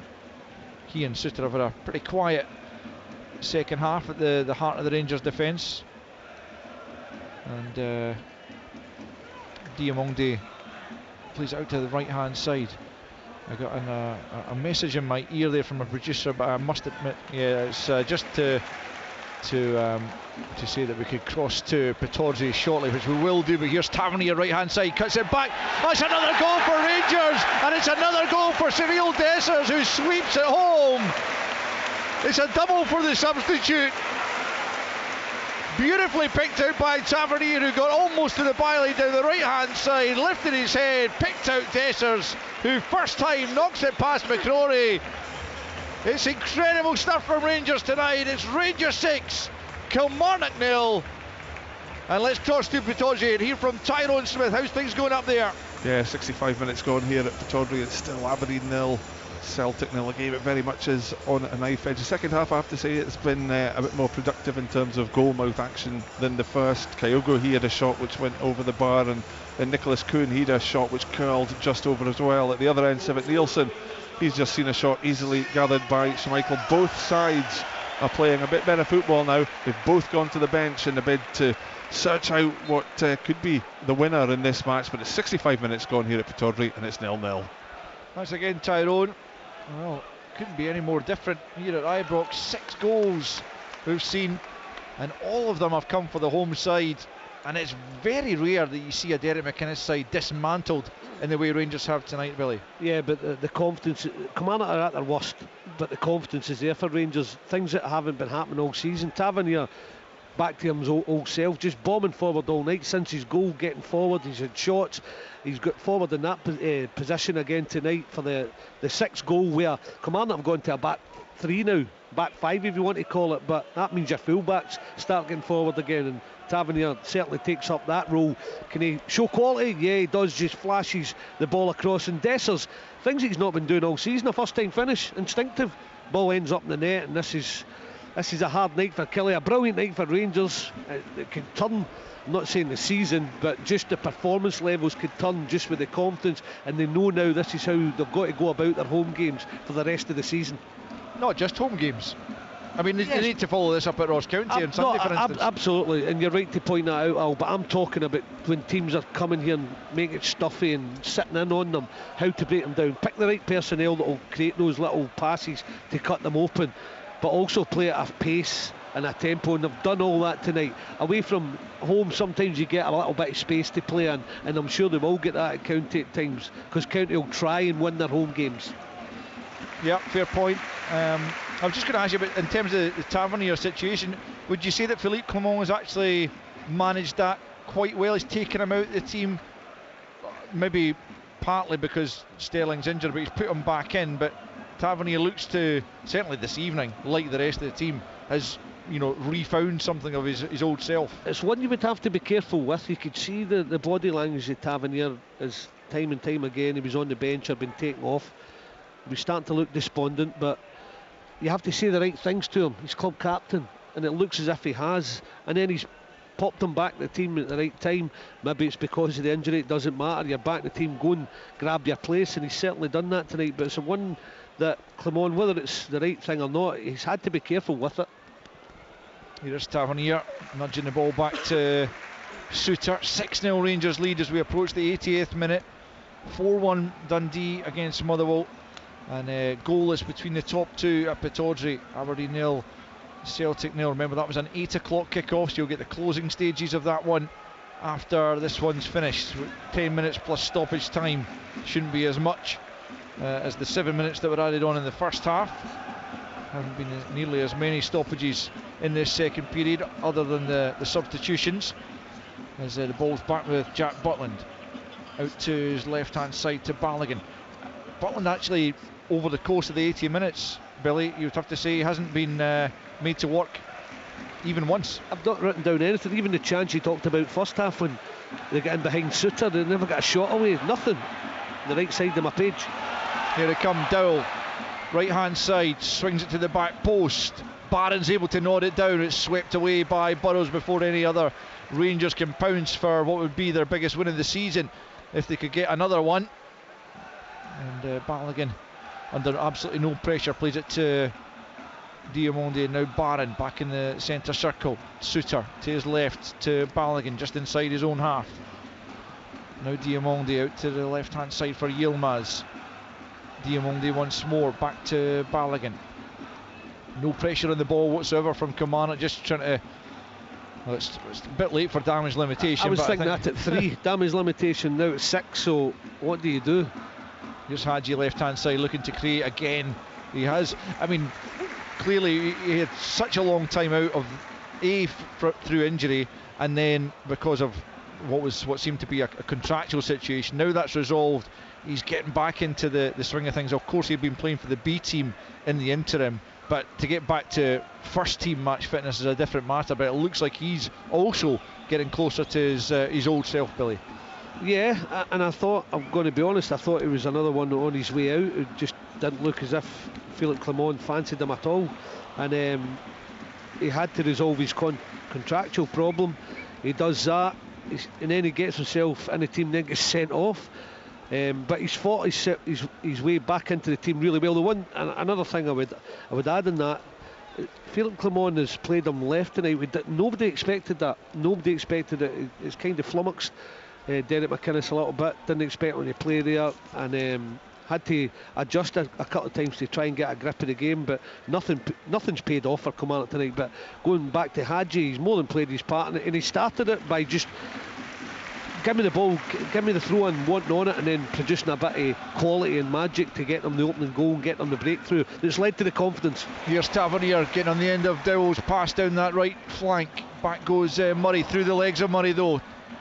Here's Bayrami inside the penalty area into Dowell. Tavernier now looking for Diamondi. That wasn't on target, that pass, but Kilmarnock clear the lines only as far as Balogun, who will just recycle it to Yilmaz, and another wave of Rangers pressure. Yilmaz into the box looking for Tavernier just beyond him, and Bayrami won't keep it in. It's behind for a goal kick. We've played 83 minutes at Ibrox and it's Rangers 6, Kilmarnock 0.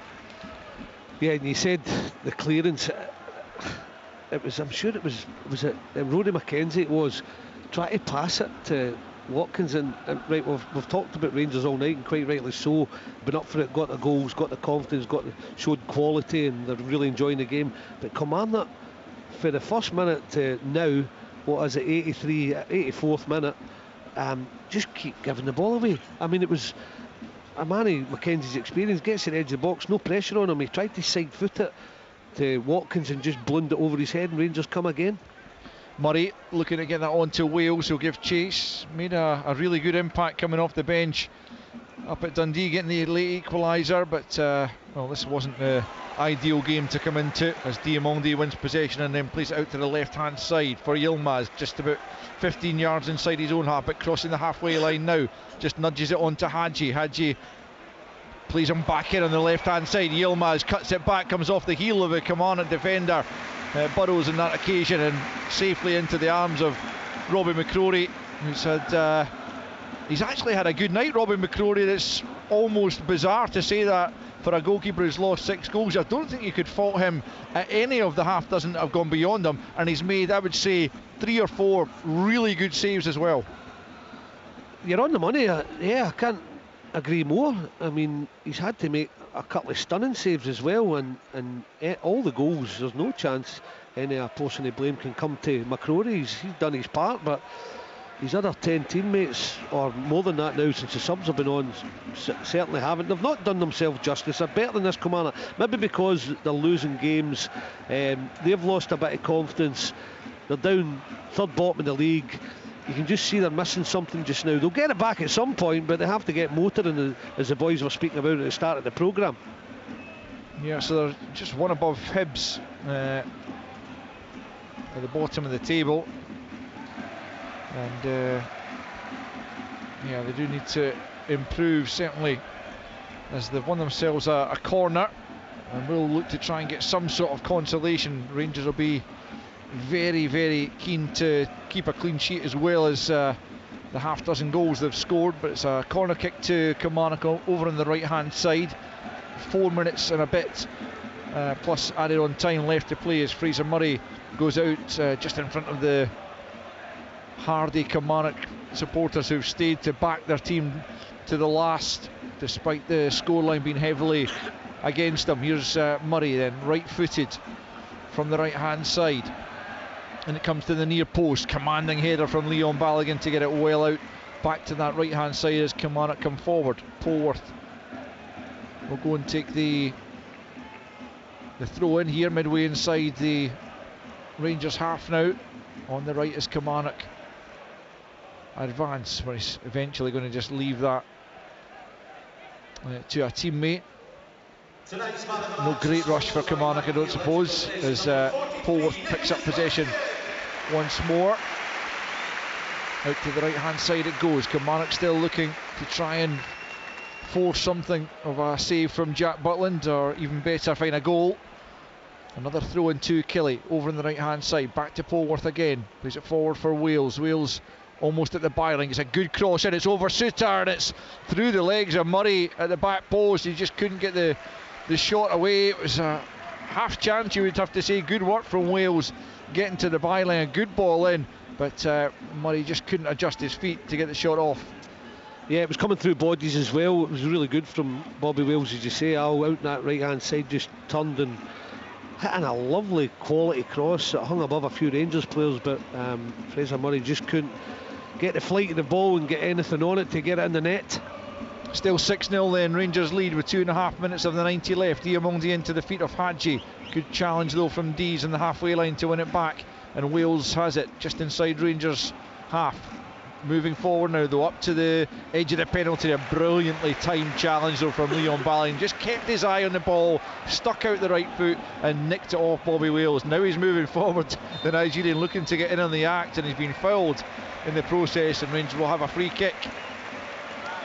There's no doubt Balogun's been outstanding, and he's played tonight because we talked about John Souttar learning from what happened to Kilmarnock, not trying to go shoulder to shoulder and just getting himself goal side Vassell, but he's played Balogun because Proper couldn't handle Vassell down at Kilmarnock, and Philip Clement said, I need somebody with a physical presence and physical attributes to make sure they don't get sniffed tonight, and he's done that pretty well, and Balogun's had the cigar out, hasn't he? Pretty much, yeah.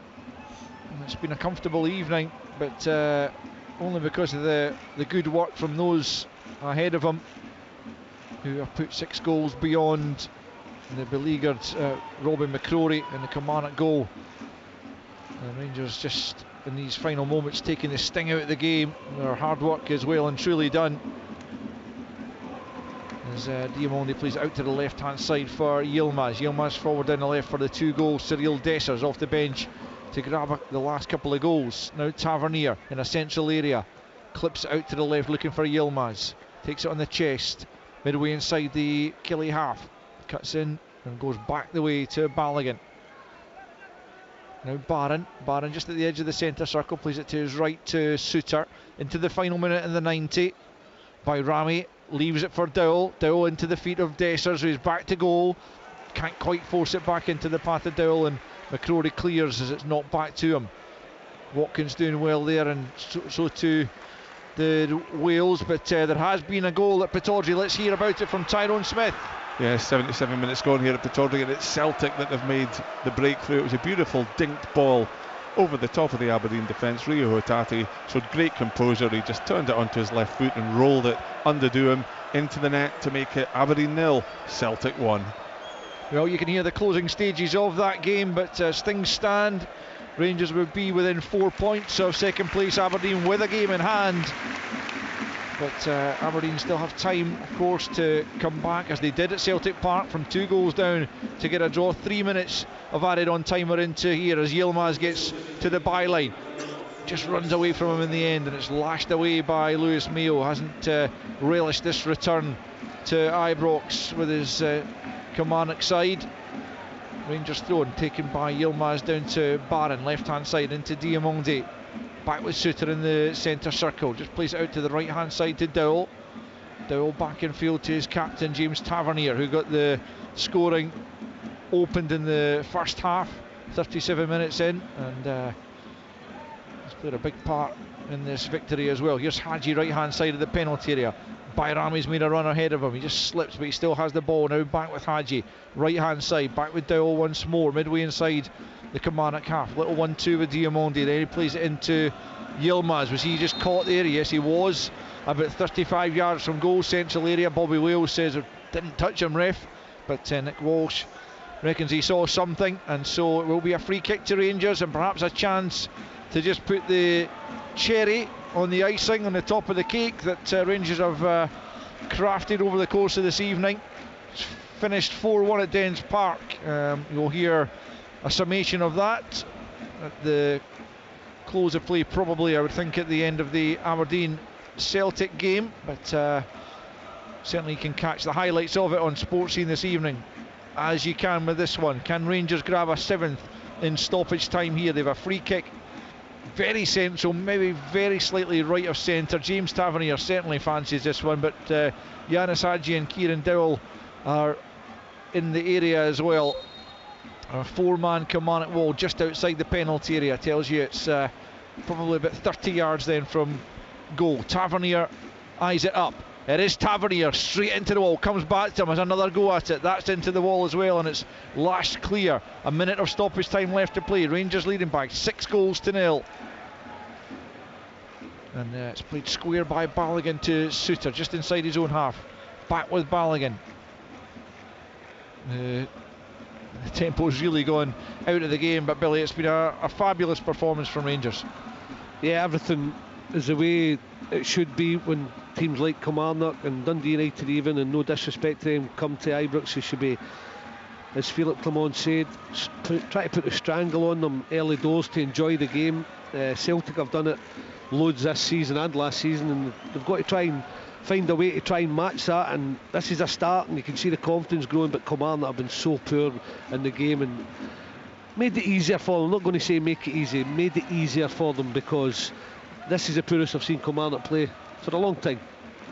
Yep, some soul searching for Derek McInnes and his players to do, no doubt, at the close of play here, but it has been a very good Rangers performance, arguably their best of the season. We'll see what Philippe Clement reckons about that as he shakes hands with Derek McInnes.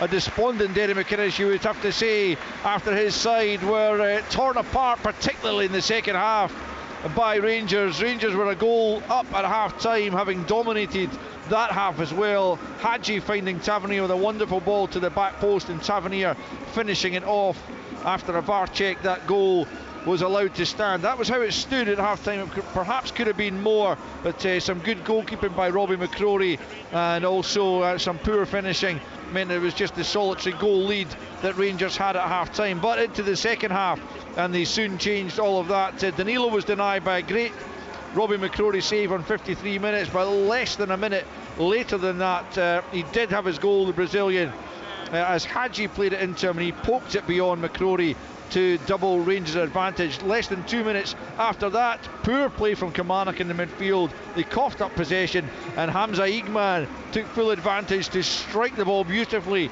beyond McCrory from 18 yards. Terrific finish to make it 3-0.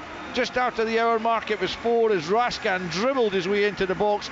Czerny took it off his toes and swiped it beyond McCrory into the bottom corner for 4.